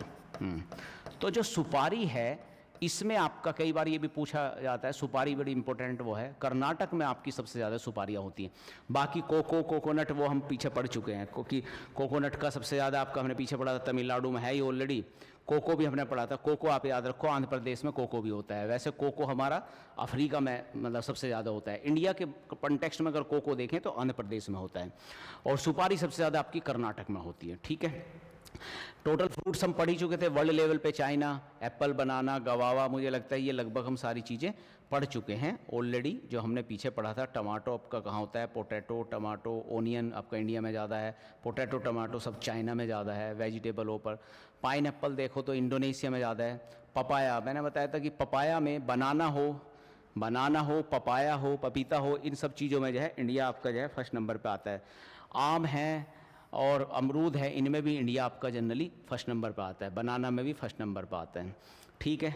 हॉर्टिकल्चर में आपका देखते हैं तो ये वही सेम चल रहा है। स्टेट के बारे में देखें तो हम बात कर रहे थे, जैसे पपाया सबसे ज़्यादा आंध्र प्रदेश में होता है, आपका सबसे ज़्यादा इंपॉर्टेंट है। जम्मू, एप्पल की बात करें तो जम्मू एंड कश्मीर में आपका एप्पल बहुत इंपॉर्टेंट है। गवावा हमने बात कर ली, बनाना आपका इसमें हो गया, कोकोनट आपका तमिलनाडु, बनाना आपका महाराष्ट्र हो गया, दूसरे नंबर पर आंध्र प्रदेश हो गया है, देखो ये चेंज हो गया है। पोटैटो उत्तर प्रदेश है, ब्रिंजल आपका वेस्ट बंगाल है, आपका ब्रिंजल वेस्ट बंगाल में ले सकते हैं। तो इस तरीके से हमने चीज़ें कर ली। ये आपका 2020 का है, इसके लिए इसकी हमें ज़रूरत नहीं है, ठीक है। अल्टीमेटली हमें ये वाली ज़रूरत है कि भाई ये वाला स्टेट है, इसमें कुछ हमारे कुछ पुराने उससे जो है थोड़ा सा एक्स्ट्रा कंटेंट मिला है, वो हम इसमें यूज कर सकते हैं। पोटैटो की बात होगी, चाइना है टॉप प्रोड्यूसर। टोमेटो में आपका अगर स्टेट में देखा तो मध्य प्रदेश है, महाराष्ट्र आपका ओनियन में है, वो सेम लगभग कंडीशन है, थोड़ा सा अंतर है, कोई बहुत ज़्यादा नहीं है। अब आपका सेरीकल्चर पे चलते हैं। सेरीकल्चर का मतलब क्या होता है? सेरीकल्चर है आपका जो है जिसमें आपका जो आपके वो होते हैं सिल्क वाला जो होता है, सिल्क की उसको उगाना, सिल्क को उगाने के लिए, रेशम को उगाने के लिए जो कल्चर यूज की जाती है वो आपका सेरीकल्चर होती है। तो सेरीकल्चर के भी कुछ डाटा है, इसको भी देख लो, कई बार इसके बारे में भी पूछता है आपका। अगर टोटल सिल्क की बात करें कि भाई टोटल सिल्क कौन सा स्टेट सबसे ज़्यादा है, तो कर्नाटका, आंध्र प्रदेश, असम, ये तीनों स्टेट वो हैं जो सबसे ज़्यादा आपके जो है सिल्क उगाते हैं, जिनके यहाँ सबसे ज़्यादा रेशम होता है। कर्नाटका सबसे इम्पोर्टेंट है, फिर आंध्र प्रदेश और फिर असम एंड बोडोलैंड वाला एरिया, असम वाला एरिया कह सकते हैं। कर्नाटक में क्यों है? देखो कर्नाटक वाले देखो तो आपको पता होगा कि जो आपकी रेशम वाली साड़ियाँ बनती हैं, वो रेशम वाली साड़ियाँ बनने के आपका जो है जो कांचीपुरम वाला एरिया है वो कर्नाटक में बहुत फेमस है भाई, कांचीपुरम कर्नाटक। तो कर्नाटक का कांचीपुरम आपका जो है सिल्क की साड़ियों के लिए बहुत फेमस है और वहाँ सबसे ज़्यादा सिल्क प्रोड्यूस भी होता है। दूसरे नंबर पे आपका सिल्क आंध्र प्रदेश में होता है, ठीक है, तो ये आप याद रखते हो। और असम में इसलिए है क्योंकि कुछ स्पेशल टाइप का आपका जो सिल्क होता है जिसे हम इरी सिल्क कहते हैं, इरी टाइप का एक सिल्क है, ये स्पेशल सिल्क है। इरी टाइप सिल्क आपका जो है असम में होता है, इसका सबसे ज़्यादा प्रोडक्शन असम में, इसीलिए असम आपका 3rd नंबर पे आ गया है, ठीक है। ये तो ओवरऑल सिल्क की बात होगी, लेकिन सिल्क की कई क्वालिटी होती है। एक होता है मलबरी सिल्क, जो नॉर्मल हम सिल्क देखते हैं वो मलबरी सिल्क होता है। एक आता है तसार सिल्क, ये tasar silk, eri silk, Muga silk, ये तीनों सिल्क एक्चुअली में कैसे हैं? ये तो आपका नॉर्मल आपके जो है मलबरी के पेड़ पे होते हैं, और ये तीनों आपके एक तरीके से जंगली सिल्क हैं। तो जंगली सिल्क आपका अलग अलग जगह होंगे, और जंगली सिल्क के मामले में सबसे बेटर आपका जो प्रोडक्शन है वो असम करता है। मूगा में भी असम है, इरी में भी असम है, लेकिन तसार सिल्क जो है आपका मुख्यतः झारखंड वाले एरिया में होता है। ये आपको ध्यान रखना है कि इरी और मूगा ये दो तरह के जंगली सिल्क हैं, तो असम में है इरी और मूगा। वहीं आपका जो तसार वाला है वो आपका झारखंड में होता है, और मलबरी वाला आपका कर्नाटक में है ही, क्योंकि मलबरी ही मेन आपका प्रोड्यूसर है, सबसे ज़्यादा इसी से ही प्रोड्यूस होता है। और मलबरी सबसे ज़्यादा यहाँ होगा तभी कर्नाटक आपका सबसे टॉप प्रोड्यूसर भी होगा रेशम के उत्पादन में, ठीक है। तो ये वाली आपकी चीज़ें इंपॉर्टेंट थी कि हमने काफ़ी चीज़ें पढ़ ली हैं, एग्रीकल्चर से रिलेटेड काफ़ी चीज़ें पढ़ ली हैं, बीच में पर्यटन भी पढ़ लिया। अब आगे आता है लाइव स्टॉक एंड फिशरीज़, क्योंकि लाइव स्टॉक और फिशरीज़ के डाटा भी एक्चुअली में आपके बदल जाते हैं, ठीक है। थोड़ा सा देखते हैं कि सबसे ज़्यादा आपके वे टॉप स्टेट कहाँ हैं जहाँ कैटल सबसे ज़्यादा है, वे टॉप स्टेट कहाँ हैं जहाँ बफेलो ज़्यादा है, ठीक है। टॉप स्टेट जहाँ एग का प्रोडक्शन ज़्यादा होता है। Total number of live stock आपका कहाँ ज़्यादा है, ये बात करते हैं। टोटल नंबर लाइव स्टॉक की बात करें तो उत्तर प्रदेश सबसे ज़्यादा आएगा भाई। उत्तर प्रदेश में आपका जो है सबसे बड़े आपको होंगे, जब बड़ा स्टेट है जानवर भी ज़्यादा हैं तो सबसे बड़े ज़्यादा लाइव स्टॉक आपके उत्तर प्रदेश में आएंगे। बफेलो के मामले में, भैंस के मामले में उत्तर प्रदेश आपका सबसे बड़ा प्रोड्यूसन होगा। लेकिन जब कैटल की बात करेंगे आप, जो वेस्ट बंगाल वाले एरिया में फर्स्ट होगा तो उत्तर प्रदेश दूसरे नंबर पर आ जाएगा। जो आपका कैटल है वे दूसरे नंबर पे आएंगे। इसके बाद लेकिन टोटल जानवर में हमने बताया तो उत्तर प्रदेश सबसे ज़्यादा है, और दूसरे नंबर पे राजस्थान है। राजस्थान में भी बहुत ज़्यादा आपको पता है, राजस्थान में आपका जो है शुष्क एरिया है, शुष्क एरिया में ना फसल जानवरों को रखना ज़्यादा इंपॉर्टेंट होता है। खेती के साथ साथ वो जो है जो जानवरों से जो उन्हें दूध वगैरह उत्पादन जो होता है उससे भी काफ़ी अच्छा हेल्प मिलता है, इसलिए राजस्थान 2nd नंबर पर रहता है। एग प्रोडक्शन में भाई आंध्र प्रदेश सबसे टॉप पे होता है। आंध्र प्रदेश वाले एरिया में ना मुर्गी सबसे ज़्यादा पाली जाती है, घर घर में मुर्गियाँ रहती हैं आंध्र प्रदेश वाले एरिया में, तो इसीलिए आंध्र प्रदेश में आपका जो है एग का प्रोडक्शन सबसे ज़्यादा होता है। वूल का प्रोडक्शन की बात करेंगे भाई, वूल कहाँ से आएगा? वूल में आपका सबसे ज़्यादा भेड़ का जो सिस्टम है ना, भेड़ों से वूल आती है, और भेड़ सबसे ज़्यादा आपका ना राजस्थान में होती है, क्योंकि राजस्थान वाले एरिया में ही भेड़ों को जो है उस तरीके से चराया जाता है। बहुत ज़्यादा आपका भेड़ खाती नहीं है, और जो आपकी छोटे छोटे घास इस तरह की जो होती है वो खा लेती है, तो वहाँ आपका चलता है। दूसरा जम्मू कश्मीर एरिया में भी जो है वूल काफ़ी ज़्यादा आपने सुना हुआ होती है। मीट प्रोडक्शन, मीट आपका वेस्ट बंगाल में सबसे ज़्यादा है और फिर उत्तर प्रदेश में ज़्यादा है।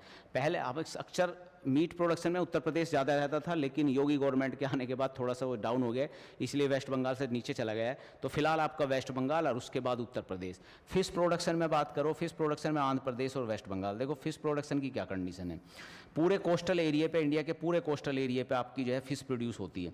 अब आंध्र प्रदेश का कोस्टल एरिया काफ़ी लंबा है, और इस वाले चीज़ पे आपका जो है आंध्र प्रदेश में सबसे ज़्यादा आपकी फिशिंग होती है। उसके बाद आपका जो है फिश का प्रोडक्शन आपका वेस्ट बंगाल में आपका जाता है। ठीक है, वेस्ट बंगाल में इसलिए जाता है क्योंकि वेस्ट बंगाल में इंटरनल एरिया में भी काफ़ी आपकी फिश हो जाती है। मिल्क का प्रोडक्शन हमने पढ़ा ही था उत्तर प्रदेश राजस्थान, क्योंकि राजस्थान में भी जानवर ज़्यादा है, उत्तर प्रदेश में भी जाना है, इन दोनों जगह आपका मिल्क का प्रोडक्शन हमेशा ज़्यादा होगा ही।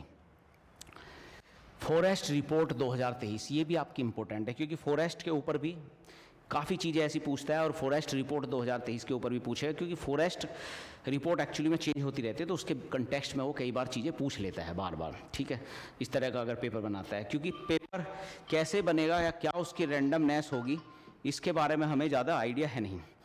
पेपर पिछली साल अगर हम देखें 2024 वाले चीज़ में देखें तो उन्होंने जो ट्रेंड था काफ़ी चेंज किया है।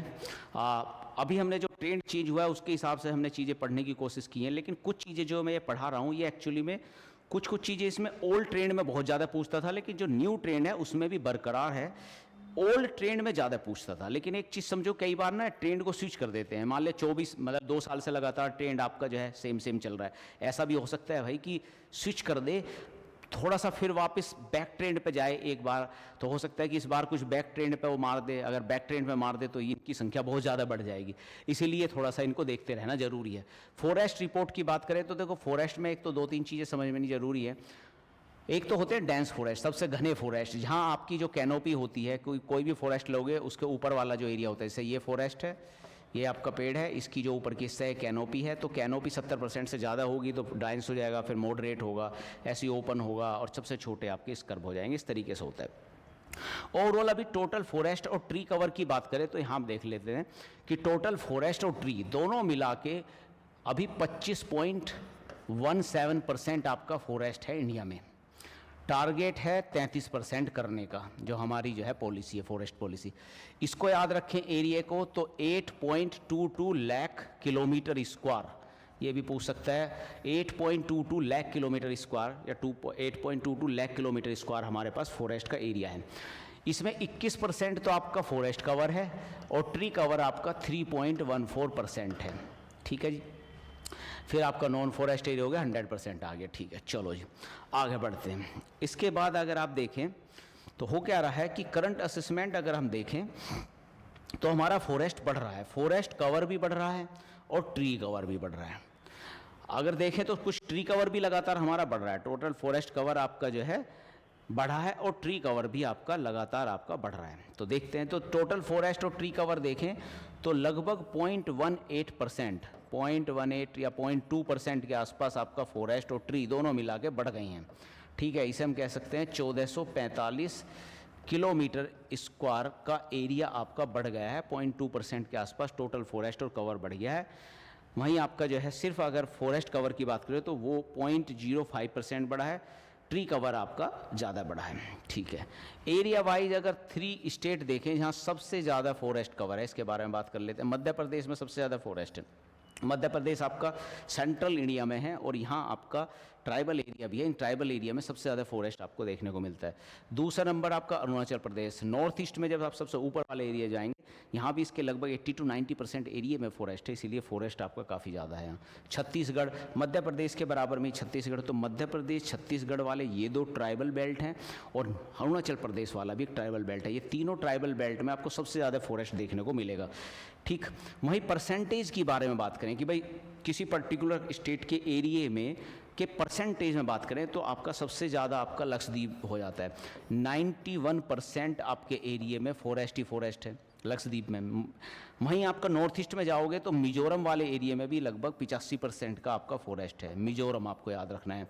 ठीक है, फिर अंडमान निकोबार में भी काफ़ी है। तो अंडमान निकोबार और आइलैंड है, या आइलैंड वाले एरिया में फॉरेस्ट ज़्यादा होता ही है। नॉर्थ ईस्ट में भी फॉरेस्ट ज़्यादा है तो बीच में मिजोरम आ जाता है। बाकी अदरवाइज अंडमान और लक्षद्वीप वाले एरिया में सबसे ज़्यादा forest in term of percentage सबसे ज़्यादा है, अगर हम इस तरीके से देखते हैं। अभी अगर आप देखें तो लगभग 33% आपका ज्योग्राफी एरिया वाला जो हमारा क्राइटेरिया है कि भाई 33% होने चाहिए, अगर हम ये देखें तो हमारे 19 स्टेट या यूनियन टेरिटरी ऐसे हैं जिनके पास 33% है। ठीक है, 19 स्टेट या यूनियन टेरिटरी है जिसके पास आपके इस तरीके से हैं। बाकी आप लोगों पे बाकी पे आपका हमारा कवर कम हो जाता है, एरिया नहीं है। ठीक है, फिर मैक्सिमम एरिया फॉरेस्ट में और फॉरेस्ट एंड ट्री कवर में कहाँ बढ़ा है? देखो सबसे ज़्यादा एरिया आपका छत्तीसगढ़ में बढ़ा है। छत्तीसगढ़ वाले एरिया में फॉरेस्ट का सबसे ज़्यादा इंक्रीमेंट हुआ है। जब हमने बात करी थी कि भाई 0.2% हमारा फॉरेस्ट बढ़ा है, सबसे ज़्यादा कहाँ बढ़ा है भाई?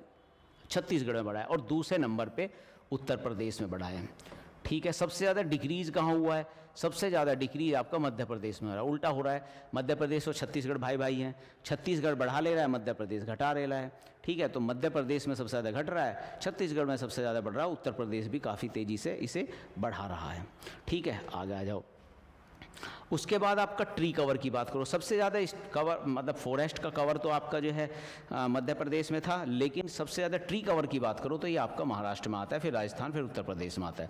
राजस्थान में भी ट्री कवर काफ़ी ज़्यादा है। ठीक है, ये आपको ध्यान रखना है। ठीक है, इसके बाद मैंग्रोव की बात करते हैं। मैंग्रोव की बात करें तो इंडिया का जो टोटल फॉरेस्ट है उसका 0.15% आपका लगभग मैंग्रोव है। ठीक है, 4991 किलोमीटर स्क्वायर मैंग्रोव के आपका आसपास होता है सबसे ज़्यादा अगर आप देखें।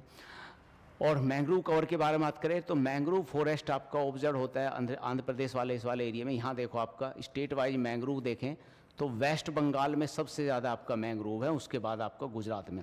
वेस्ट बंगाल में मैंग्रोव होना ज़रूरी भी है क्योंकि जो सुंदरवन है आपका, ये सबसे बड़ा आपका मैंग्रोव का डेल्टा है और ये वेस्ट बंगाल में है। और फिर उसके बाद गुजरात में भी जो आपकी जो खंभात की खाड़ी हैं, इस तरह की खाड़ी हैं, ये आपका भुज वाला एरिया, इन सारी चीज़ों में आपका काफ़ी मैंग्रोव होता है। तो दोनों एरिए में, अपोजिट दोनों एरिया में मैंग्रोव का काफ़ी अच्छा सिस्टम आपको देखने को मिलता है। ठीक है, बम्बू वाला भी एरिया है, बम्बू बियरिंग भी काफ़ी तेज़ी से बढ़ी है। और मध्य प्रदेश में आपका कोस्ट जो ट्राइबल वाला एरिया, यहीं आपका बम्बू का सबसे ज़्यादा चीज़ें देखने को मिलती है। एग्रो फॉरेस्ट्री भी बढ़ गई है, एग्रो फॉरेस्ट्री भी देखता है तो एग्रो फॉरेस्ट्री भी सबसे ज़्यादा आपकी एग्रो फॉरेस्ट्री सबसे ज़्यादा महाराष्ट्र में है। मतलब महाराष्ट्र वाले एरिए में लोग क्या करते हैं कि पेड़ उगा दिया, मान लिया खेती नहीं करनी तो पेड़ आपके लगा दिए और पेड़ को अपना कटवा के एग्रो फॉरेस्ट्री बनवा दिया, तो ये एक इम्पोर्टेंट है। कार्बन स्टॉक एक इम्पोर्टेंट है, आजकल काफ़ी चर्चा में रहता है कार्बन स्टॉक किसके पास ज़्यादा है। तो देखो अरुणाचल प्रदेश के पास क्या है, अरुणाचल प्रदेश के पास ना सबसे ज़्यादा डेंस फॉरेस्ट की हम बात करें तो सबसे ज़्यादा डेंस फॉरेस्ट की संख्या अरुणाचल प्रदेश में है, और जितना डेंस फॉरेस्ट होगा उतना कार्बन स्टॉक ज़्यादा होगा। तो इसलिए अरुणाचल वाले प्रदेश पे जो हमारा अरुणाचल प्रदेश है, इस पे सबसे ज़्यादा कार्बन स्टॉक या डेंस फॉरेस्ट है। अब स्टेट की बात करेंगे हम, यूपी की स्टेट की बात करेंगे कि भाई उत्तर प्रदेश की अगर देखें तो कितना हुआ है। उत्तर प्रदेश में फॉरेस्ट कवर आपका 6.24 है, ट्री कवर 3.71 है, तो ओवरऑल उत्तर प्रदेश में 9.96% आपका फॉरेस्ट कवर है। ये हमने जो है एक तरीके से आपका जो बजट वाला चीज़ पढ़ रहे थे उत्तर प्रदेश के, उसमें भी हमने देखा था फॉरेस्ट कवर उत्तर प्रदेश के स्टेट में। जब आप डिस्ट्रिक्ट वाइज जाते हैं तो सबसे हाईएस्ट फॉरेस्ट कवर किसमें? सोनभद्र, लखीमपुर खीरी, मिर्ज़ापुर। एक्चुअली में ये सोनभद्र और मिर्ज़ापुर को देखो पहले, सोनभद्र और मिर्ज़ापुर दोनों आपके जो हैं एक तरीके से ट्राइबल एरिया है उत्तर प्रदेश वाले। ठीक है, और विंध्यान वाले एरिया है, यहाँ आपका फॉरेस्ट सबसे ज़्यादा होता है। लखीमपुर खीरी हमारा एक बड़ा स्टेट है। दूसरी बात ये हमारे जो है जो तराई वाला रीजन है जहाँ काफ़ी फॉरेस्ट मिलते हैं, तराई वाला रीजन है। लखीमपुर खीरी तराई वाला रीजन भी है, तो तराई में फॉरेस्ट काफ़ी मिलते हैं, और क्योंकि बड़ा है तराई वाला एरिया है तो इसीलिए सेकंड नंबर पर आ गया। तो Sonbhadra, Lakhimpur Kheri, Mirzapur. Lowest forest cover आपका भदोही में है। भदोही वाले लोगों ने क्या किया है, भदोही वाले जो लोग हैं ये आपका कारपेट के लिए बहुत फेमस है, इन्होंने सारे पेड़ को काट काट के ना कारपेट बना दिया है। तो भदोही और मऊ में आपका कम है, ये दोनों मऊ और भदोही में सबसे ज़्यादा कारपेट बनते हैं। Highest forest cover in term percentage में देखो तो फिर सोनभद्र में ही आपका 34% सबसे ज़्यादा है। ठीक है, इसके बाद डिस्ट्रिक्ट लोएस्ट टर्म्स में देखें तो फिर दोबारा आपका वही भदोही है। तो भदोही और सोनभद्र वाला है, भदोही में आपका जो है सबसे कम है परसेंटेज में भी, ओवरऑल में भी, और उसमें आपका सबसे ज़्यादा है। ठीक है, ये सारी चीज़ देख सकते हैं। अब हम आते हैं मिनरल रिजर्व पे कि मिनरल रिजर्व का आपका क्या सिस्टम चल रहा है, इसके बारे में बात करेंगे कि कहाँ मिनरल है। मिनरल की भी स्थिति ऐसी बदलती रहती है जैसे एग्रीकल्चर में क्रॉप की बदलती है, ऐसे हर साल आपका मिनरल की स्थिति बदलती है, उसके बारे में थोड़ा बात करेंगे। पहले जान लो मिनरल होते क्या क्या हैं, कई बार इनमें से भी पूछ लेता है। फ्यूल मिनरल क्या है, कोल वोल, ये तो आप समझ ही जाओगे।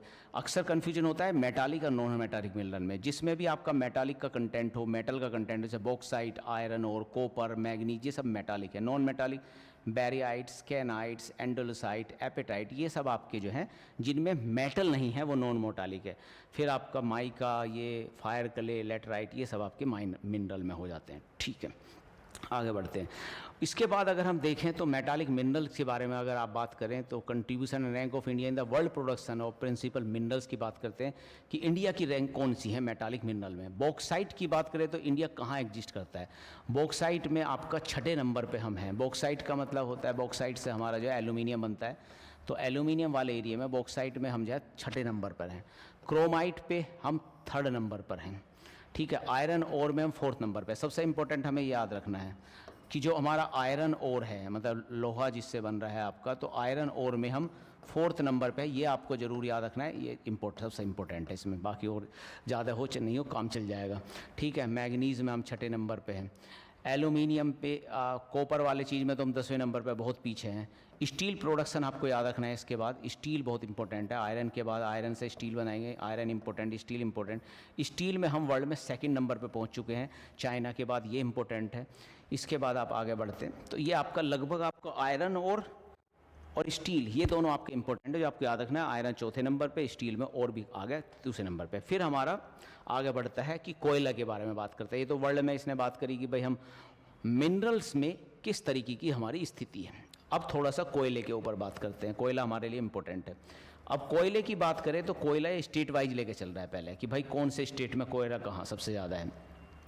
तो ओवरऑल अगर आप कोयला देखें तो कोयले का स्थिति देखें तो उड़ीसा में अगर आप देखें कुकिंग ऑयल उतना टोटल मिला के, कुकिंग ऑयल कुछ और कुछ नॉन कुकिंग मिला के टोटल आपका ऑयल, कोयले का सबसे बड़ा प्रोड्यूसर आपका जो है उड़ीसा है इस टाइम। उड़ीसा कोयले का सबसे बड़ा प्रोड्यूसर है। छत्तीसगढ़ इसके बाद 2nd नंबर पे आता है और झारखंड आपका 3rd नंबर पे आता है। ये तीनों आपका एरिया आपको याद रखने हैं, उड़ीसा, छत्तीसगढ़ और झारखंड, तीनों एक ही जगह है। छोटा नागपुर प्लेट्यू में आपका जो है कोयले का एक बड़ा भंडार है, वहीं आपका है, लेकिन प्रोडक्शन सबसे ज़्यादा उड़ीसा करता है और उसके बाद आपका छत्तीसगढ़ और झारखंड है। वैसे अगर आप देखें तो झारखंड आपका सबसे बड़ा, रिजर्व में देखें तो भाई झारखंड के पास सबसे बड़ा रिजर्व है, लेकिन प्रोड्यूस आपका उड़ीसा सबसे ज़्यादा करता है। तो ये आपको लगभग ध्यान रखना है, ठीक है। रिजर्व में अभी देखेंगे हम, ठीक है, ओके। आयरन ओर के रिजर्व में भी देखेंगे, आयरन ओर के प्रोडक्शन में भी देखेंगे। Major mineral top country, major mineral आपका प्रोड्यूसिंग कंट्री पे बाद में जाएंगे। पहले जो इंडिया में हमने चालू किया है, कुछ कंट्री में तो हमने देख लिया था इंडिया की पोजीशन। आगे फिर दोबारा आपका जो है कंट्री में देखेंगे, वर्ल्ड में देखेंगे। वर्ल्ड में आने से पहले स्टेट में फिर आते हैं, आगे बढ़ते जो स्टेट में दे रखा है इन्होंने कहा जी डायमंड की क्या स्थिति है। ये देख लो आपका जो है डायमंड आपका सबसे ज़्यादा मध्य प्रदेश में, मध्य प्रदेश में ही डायमंड सबसे ज़्यादा होता है, सब फेमस है आपका मध्य प्रदेश जो है डायमंड के लिए।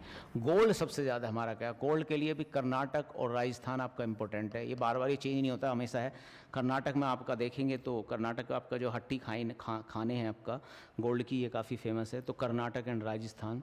इसके बाद आयरन ओर की हमने बात अभी करी थी। आयरन ओर टॉप 3 स्टेट आपका देखेंगे तो आपका हेमेटाइट, मैग्नेटाइट और आपका इतना। देखो ओवरऑल में तो हमारा वो था, लेकिन अब इस स्थिति एक और में बदल जाएगी कि ये हमसे हेमेटाइट की बात कर रहा है, ये हमसे मैग्नेटाइट की बात कर रहा है, वो भी आप देखेंगे, ठीक है। तो रिजर्व इसकी बात करें तो डायमंड का रिजर्व यहाँ है और प्रोडक्शन भी यहाँ है, कोई दिक्कत नहीं है।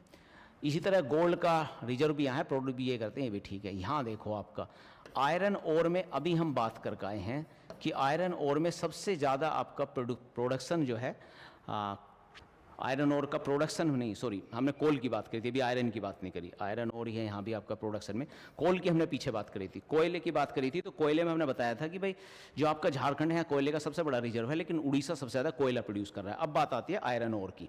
आयरन ओर की अगर मैं बात करूँ तो कर्नाटक आयरन ओर में 1st नंबर पर है। इसमें एक्चुअली में हेमेटाइट और मैग्नेटाइट 2 तरह का हमारा आयरन होता है। हेमेटाइट और मैग्नेटाइट दोनों काफ़ी बड़ी मात्रा में है इस पर। वहीं आप उड़ीसा देखो तो देखो हेमेटाइट तो है, लेकिन मैग्नेटाइट बहुत कम है। मैग्नेटाइट का सबसे बड़ा गढ़ कर्नाटक है, तो इसीलिए मैग्नेटाइट कर्नाटक में ज़्यादा है। हेमेटाइट मैग्नेटाइट दोनों तरह के आयरन ओर का रिजर्व अगर आप देखें ओवरऑल तो कर्नाटक में है, देन उड़ीसा, देन झारखंड, तो आयरन ओर यहाँ से निकलेगा।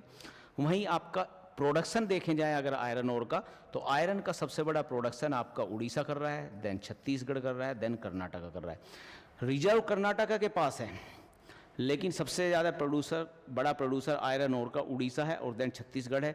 और सेम आपका उड़ीसा जो है एक्चुअली प्रोडक्शन में काफ़ी हाई है, आयरन में भी काफ़ी हाई है और कोयले में भी आपका 1st नंबर पे, आयरन पे भी 1st नंबर पे।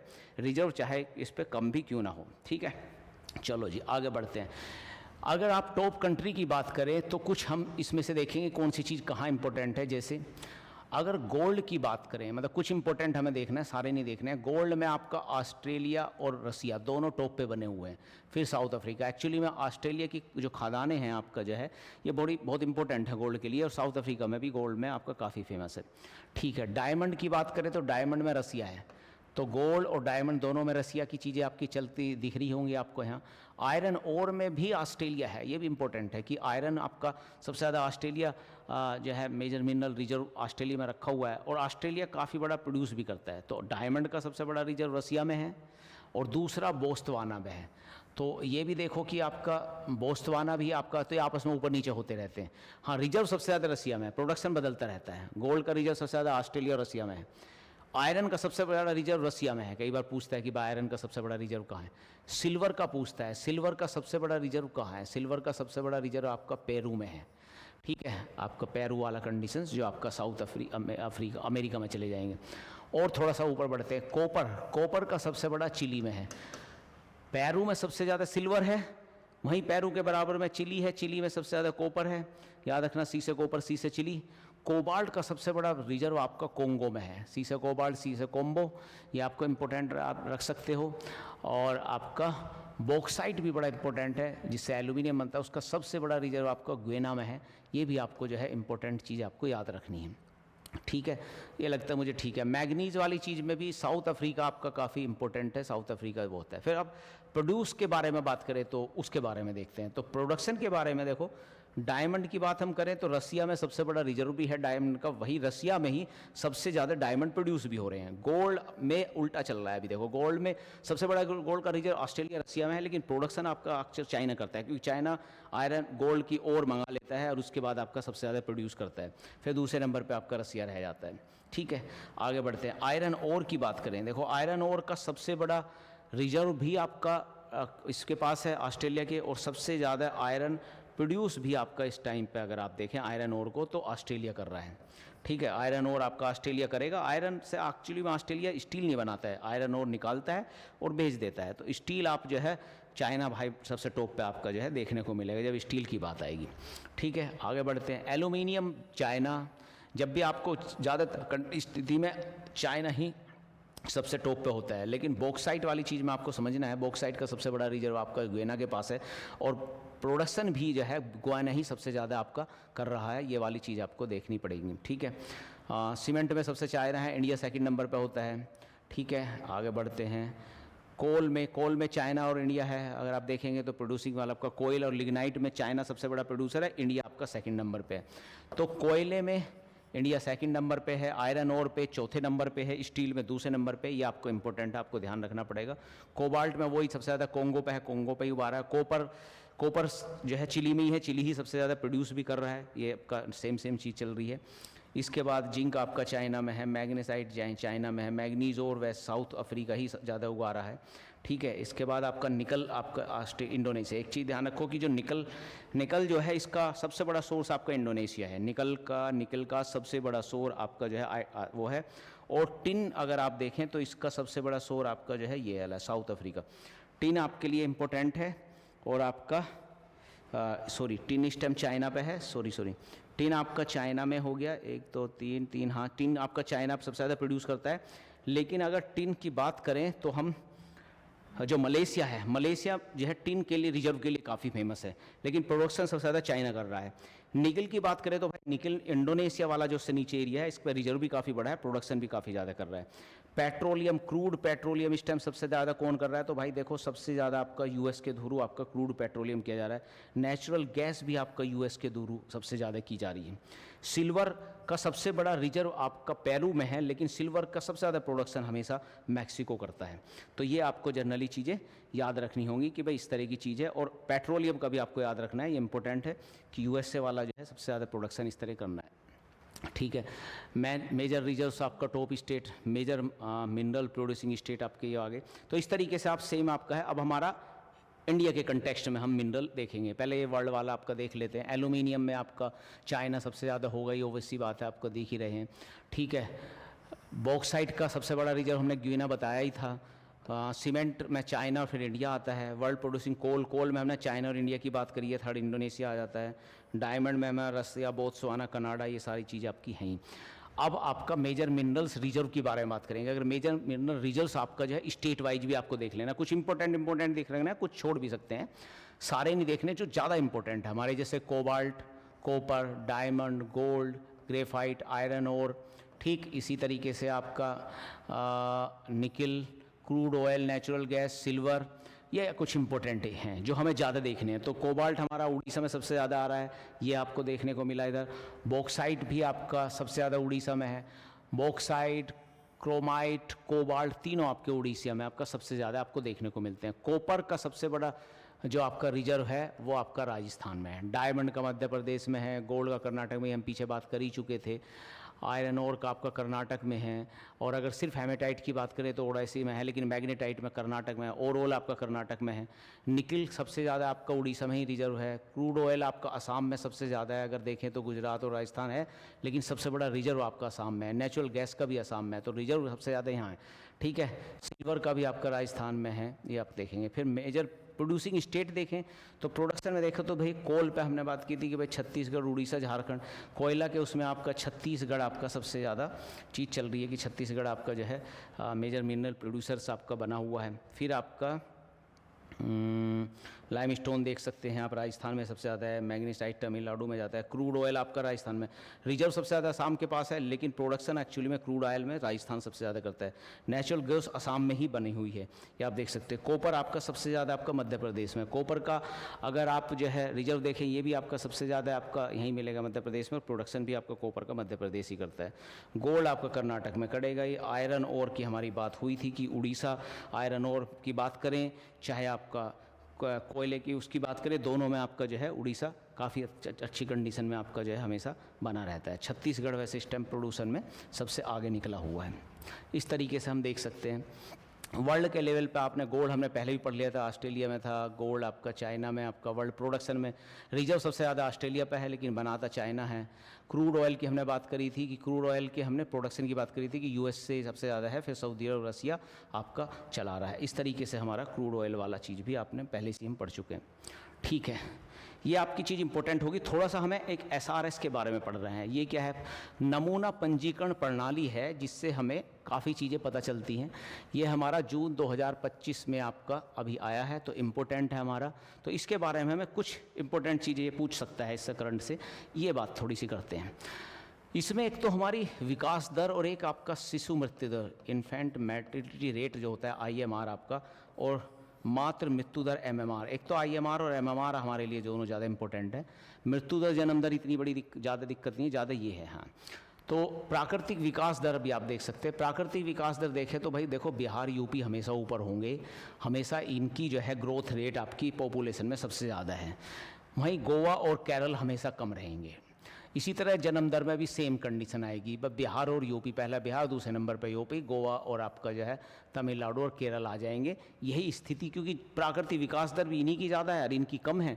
इसी तरीके से बिहार और यूपी की जन्म दर ज़्यादा है और गोवा और तमिलनाडु और केरल की जन्म दर आपकी बहुत कम है। ये आपका सीधा सीधा है, ठीक है। मृत्यु दर वाली चीज़ में छत्तीसगढ़ पंजाब वाला एरिया आता है, ये थोड़ा सा देख सकते हो। बाकी अगर हम देखे जाए कि भाई कुछ अन्य उसमें जन्म दर, मृत्यु दर, ये सारी चीज़ें आपकी आएगी। प्राकृतिक विकास दर उत्तर प्रदेश की अब हम देखेंगे। उत्तर प्रदेश के कंटेक्स्ट में प्राकृतिक विकास दर 17.6% है, ठीक है। उसके बाद आपका मृत्यु दर आपकी 6.6 है और जन्म दर आपका 24 है। वहीं बिहार में जन्म दर 26 है। तो ये थोड़ा सा हमें इसके बारे में भी आइडिया ले लिया। अब हमें एमएमआर और आईएमआर के बारे में बात करनी है। देखो, सबसे ज़्यादा आपके जो छोटे बच्चे होते हैं जो उनकी मृत्यु होती है, वो सबसे ज़्यादा मध्य प्रदेश और दूसरे नंबर पर उत्तर प्रदेश। मध्य प्रदेश को तो एक तरीके से जो है जो आपका इथोपिया वाला एरिया है ना, साउथ अफ्रीका का, उसमें सबसे ज़्यादा बच्चे होते हैं, इसीलिए मतलब एशिया का इथोपिया मध्य प्रदेश को कहा जाता है। यहाँ सबसे ज़्यादा आपके बच्चों की डेथ होती है। दूसरे नंबर पर यूपी है, यूपी की भी हालत बहुत ख़राब है यहाँ। लेकिन सबसे अच्छी कंडीशन की बात करें, अगर आप कम मिलते हैं तो मणिपुर और गोवा है, ठीक है। मणिपुर वाले एरिया में आपका कम बच्चे मरेंगे, ठीक है। आगे देखें, आगे आप एमआर में देखते हो तो एमआर की स्थिति भी कुछ कुछ ऐसी है कि उत्तर प्रदेश में सबसे ज़्यादा मातृ मृत्यु दर होती हैं, ठीक है, फिर उत्तराखंड आता है, फिर आपका मध्य प्रदेश भी इसमें आ जाता है, लेकिन सबसे ज़्यादा आपका यूपी और उत्तराखंड वाले एरिया में सबसे ज़्यादा जो है जो मदर होती है उनकी मृत्यु होती है बच्चे को जन्म देते हुए। तो ये दोनों चीज़ें हमें ध्यान रखनी है कि लगभग कहाँ चल रही है। और फिलहाल इंडिया के कंटेक्स्ट में अगर आप देखें तो हमारी जो है, अगर हम एमएमआर देखें, मदर मॉर्टिलिटी रेट देखें तो ये बहुत तेज़ी से घट रहा है। ये देखो अभी फ़िलहाल में 2020-2022 के डाटा के अकॉर्डिंग अभी हमारा एमएमआर जो है 88 बना हुआ है, 88 बना हुआ है, लेकिन ये आपका 2014-15 में 130 था। तो रेगुलरली आपका जो है काफ़ी तेज़ी से आपका ये घटा है और घट के आपका 88 तक आपका पहुंच गया है, ठीक है। ये वाला जो हमारा टूरिज़्म का था ये हम पहले ही ऑलरेडी डिस्कस कर चुके हैं, पीछे हमने डिस्कस कर लिया था। अब एक चीज़ और हमारी डिस्कस करेंगे हम, ये भी state of world population report आपका 2025 में आई थी, इसे भी थोड़ा सा डिटेल में हमें समझना पड़ेगा, पॉपुलेशन वाला। इस तरह के डाटा आपका जो है वो कहीं भी पूछ सकता है। जनरली हम नॉर्मल पढ़ते भी हैं तो इन्हें स्किप कर देते हैं, बहुत कम पढ़ते हैं। तो इसको थोड़ा सा आपको इस PDF को लेके इस पर थोड़ा फोकस होकर आपको पढ़ लीजिएगा एक बार हल्का सा। तो बहुत ज़्यादा टाइट क्वेश्चन इन पे से नहीं आएगा, आएगा तो नॉर्मल क्वेश्चन ही आएगा, ठीक है, इसे हैंडल कर सकते हैं। अभी हमारा पता है कि आपका संयुक्त राष्ट्र जनसंख्या कोष ने state of world population report निकाली। पहली बात तो यह याद रखना है, UNFPA the real fertility crisis की ये बात कर रहा है और भारत को विश्व की सर्वाधिक जनसंख्या वाला देश इसने घोषित किया था। भारत की जनसंख्या इन्होंने बताया अप्रैल में 146.39 करोड़ आपकी हो गई थी और 2060 तक आते आते हम 170 करोड़ हो जाएंगे। तो 170 करोड़ हम हो जाएंगे। इन्होंने एक चीज़ और बताई, जीवन प्रत्याशा पुरुषों की 71 है, महिलाओं की 74 है। महिला थोड़ी ज़्यादा जी रही हैं, वोमेन थोड़ा कम, मैन कमजोर है। 74 और 75 आपका ये वाली है। जनसंख्या के मामले में भारत, चीन, USA ये आपका बना हुआ ही है, कोई दिक्कत नहीं। टोटल फर्टिलिटी रेट की भी इसमें बात की गई है। टोटल फर्टिलिटी रेट इंपॉर्टेंट है। कुछ उच्च प्रदर्शन उच्च TFR वाले हैं, कुछ निम्न TR वाले स्टेट हैं, जो भी जैसे केरला, तमिलनाडु, दिल्ली, भाई यहाँ टोटल फर्टिलिटी रेट बहुत कम हो गई है। वहीं बिहार, उत्तर प्रदेश, झारखंड वाले जैसे एरिया में अभी भी जो है जन्म दर बहुत हाई है, तो फर्टिलिटी रेट बहुत हाई है। अगर कुल फर्टिलिटी रेट की बात करें तो इन्होंने कहा कि आपकी भाई टोटल फर्टिलिटी रेट इंडिया की इस टाइम 1.9 आ गई है और एक प्रतिस्थापन दर होती है, कि 2.1 बनी रहे, उसके बीच वो प्रतिस्थापन है, ये 2.1 से भी घट के 1.9 पे आ गई है टोटल फर्टिलिटी रेट। वहीं 2021 के में SRS के 2021 के नमूने की अगर आप बात करें तो उस टाइम आपका 2 थी। तो SRS 2021 में 2 थी। अभी जो हमारी टोटल फर्टिलिटी इसके हिसाब से अगर बात करें तो एक हमारा संयुक्त राष्ट्र पॉपुलेशन अलग ले रहा है, दोनों TFR ले रहे हैं। SRS भी ले रहा है TFR और आपका स्टेट ऑफ पॉपुलेशन वो भी ले रहा है। अभी हम SRS की हम पीछे बात कर है, तो SRS के हिसाब से जो हमारा नमूना पंजीकरण प्रणाली उसके हिसाब से हमारी टोटल फर्टिलिटी 2 है, लेकिन अभी जो स्टेट ऑफ वर्ल्ड पॉपुलेशन आई है लेटेस्ट भाई 2025 में, ये और घट गई है। ये कह रहा है जी 2 से 1.9 है। ये तो दोनों को याद रखना है। वो पूछ रहा है आपको कौन सी है, SRS पूछ रहा है या आपका स्टेट ऑफ वर्ल्ड पॉपुलेशन से पूछ रहा है। कुछ राज्यों में हावी है, जैसे बिहार में आपकी 3 बनी हुई है, बिहार में देखेंगे आप 3 बनी हुई है, मेघालय में 2.9 है, उत्तर प्रदेश में 2.7 है। तो ये आपकी हाईएस्ट है, सबसे ज़्यादा बिहार की, फिर मेघालय की, फिर यूपी की आपकी जो है टोटल फर्टिलिटी रेट काफ़ी तेज़ी से आपका गिर रही है। लेकिन तो वर्तमान में 31 ऐसे वो हैं केंद्र है जो टोटल प्रतिस्थापन से नीचे हैं, मतलब ऐसे टोटल फर्टिलिटी रेट जो प्रतिस्थापन है 2.1 उससे नीचे पहुंच गए हैं 31 स्टेट। इसलिए कह रहा है कि भाई क्राइसिस वाली स्थिति है, क्योंकि 31 स्टेट तो ऐसे हैं जिनकी टोटल फर्टिलिटी रेट 2.1 से नीचे पहुंच गई है। इसका मतलब बहुत तेज़ी से आपकी जो है जन्म दर कम हो रही है। तो इतनी तेज़ी से भी नहीं होनी चाहिए, ये कह रहा है। और 7 ही राज्य हैं ऐसे के बीच, मतलब ये कह रहा है कि 7 राज्य ऐसे हैं जहाँ इनके बीच में काफ़ी डिफरेंस है, वो ज़्यादा इंपॉर्टेंट नहीं। 31 स्टेट आपके जो हैं ज़्यादा इंपॉर्टेंट हैं, ठीक है। भारत की जनसंख्या संरचना की बात भी कर लें। अगर हम वृद्धों की बात करें जो 65 साल से ऊपर हैं, उनके वृद्ध है हमारे पास 7% पॉपुलेशन वृद्धों की है, और 15 से 64 वाले जो हमारे कामकाजी व्यक्ति हैं वो 68% हैं। तो कामकाजी व्यक्ति 68% है, बच्चे आपके 24% हैं, किशोर जो है 10 से 24 के बीच में 26% है, और इस तरीके से 68% है, ठीक है। तो मध्य आयु की बात करें, अगर हमारे इंडिया की औसत आयु की एज क्या है, तो विश्व परिप्रेक्ष्य में हम 18 साल की जो है एज है, 28.2 वर्ष आपकी एक मध्य एज है, एक ओवरऑल एज है, एक औसत एज है भारत की। तो इसका मतलब काफ़ी यूथ जो है हम कंट्री हैं। वहीं कार्यस्थल में हमने बात करी थी कि 68% ऐसे हैं जो भाई कार्य में एंगेज हैं। साक्षरता दर की बात करें तो इम्पोर्टेंट है, इन्होंने नेशनल फैमिली हेल्थ सर्वे 5 का यूज किया है और उसके हिसाब से इन्होंने बताया है कि वयस्क पुरुष और महिलाओं की साक्षरता, वयस्क पुरुष की साक्षरता 87, तो वहीं महिलाओं की साक्षरता 71 पहुंच गई है। ये भी आपका इंपॉर्टेंट है, पूछ सकता है। लेटेस्ट उसमें अगर आपकी जो देखें तो मैन की 87 है और वुमेन की आपका 71 है। तो आपका 16 पॉइंटों का आपका गैप है अभी भी, लेकिन मैन की आपकी 87 काफ़ी ऊपर है और 71 आपका ठीक ठीक तेज़ी से बढ़ रही है। इसके बाद आपका श्रम भागीदारी, लेबर फोर्स LFPR भी आपका इम्पोर्टेंट है। लेबर फोर्स आपके बारे में अगर आप बात करें तो लेबर फोर्स पार्टिसिपेशन की अगर हम बात करें तो इस टाइम आपका 15 उससे अधिक आयु की जनसंख्या के पुरुषों को अगर ले जाए तो उनका पार्टिसिपेशन लगभग 78% है, 78.8%, जो कि काफ़ी अच्छा है। ठीक है, महिलाओं का लेकिन लेबर फोर्स पार्टिसिपेशन रेट 41% ही है। ठीक है, और भारत का इस तरीके से महिला और पुरुष दोनों को जोड़ दिया जाए तो 60% है। तो पीरियोडिक लेबर फोर्स आपका सर्वे कहता है कि 60% लोग आपके कार्य में एंगेज हैं, जहां 41% वुमेन हैं और आपका 78% आपका मैन है।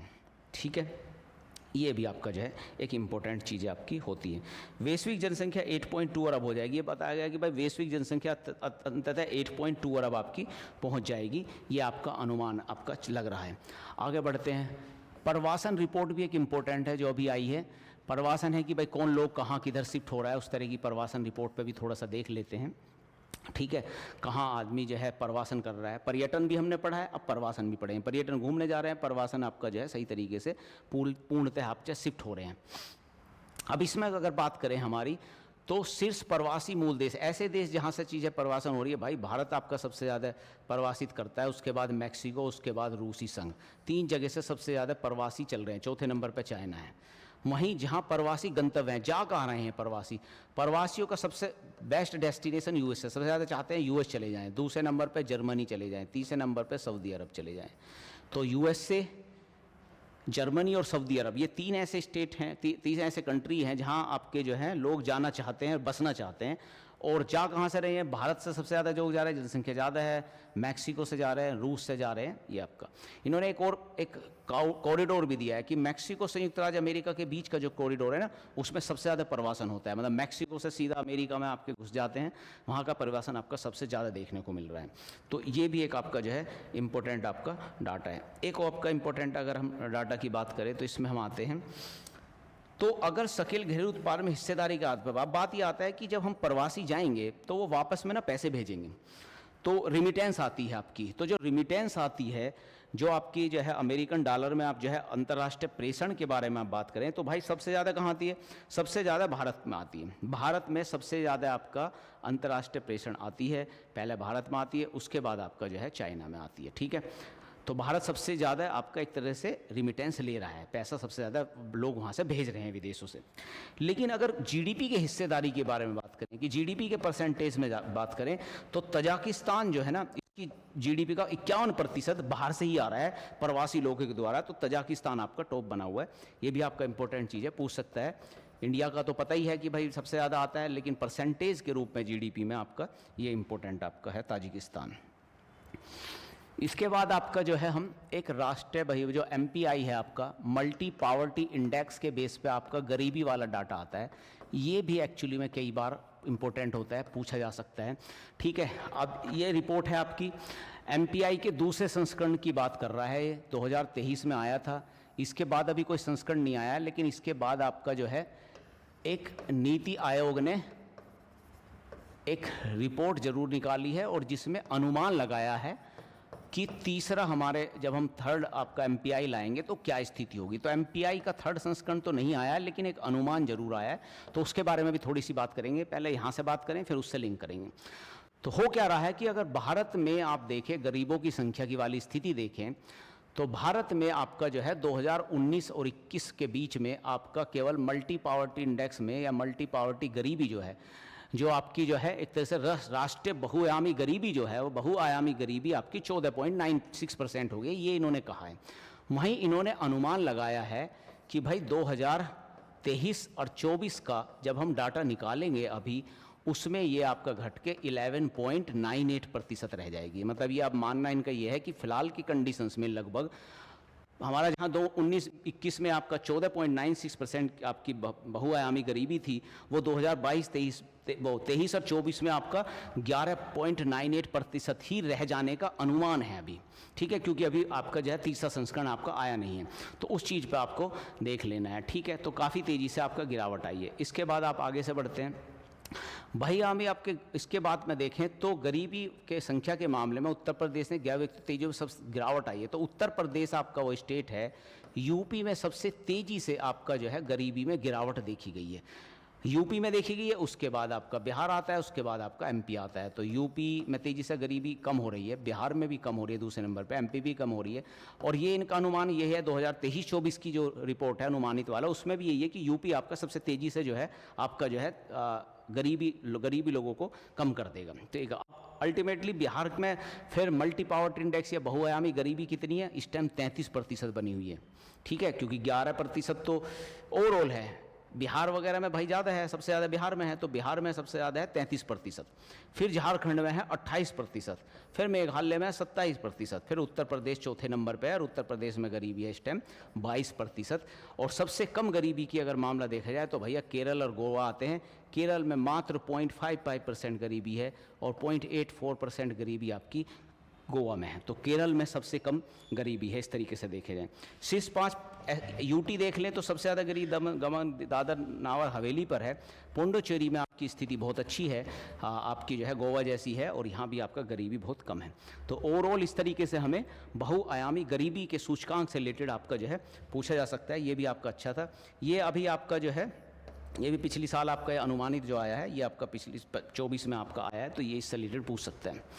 फिर ये यूपी के परिप्रेक्ष्य में जाता है। भाई बहुआयामी गरीबी यूपी में देखा जाए तो क्या है भाई, यूपी में सबसे ज़्यादा गरीब डिस्ट्रिक्ट जो है ना आपका बहराइच है और फिर श्रावस्ती, ठीक है। पहले श्रावस्ती सबसे गरीबी स्थिति में होता था, लेकिन अभी बहराइच आपका सबसे गरीब चल रहा है, ध्यान रखना है, बहराइच एंड देन श्रावस्ती। सबसे अमीर कौन सा है, मतलब जहाँ गरीबी सबसे कम है भाई, तो वो आपका गाजियाबाद में है। गाजियाबाद में मात्र 6.93% गरीब है। देन लखनऊ में आपकी कम गरीबी है, कानपुर में भी कम गरीबी है, गौतम बुद्ध नगर, ये अच्छे डिस्ट्रिक्ट है, इनमें कम गरीबी आपको देखने को मिलती है।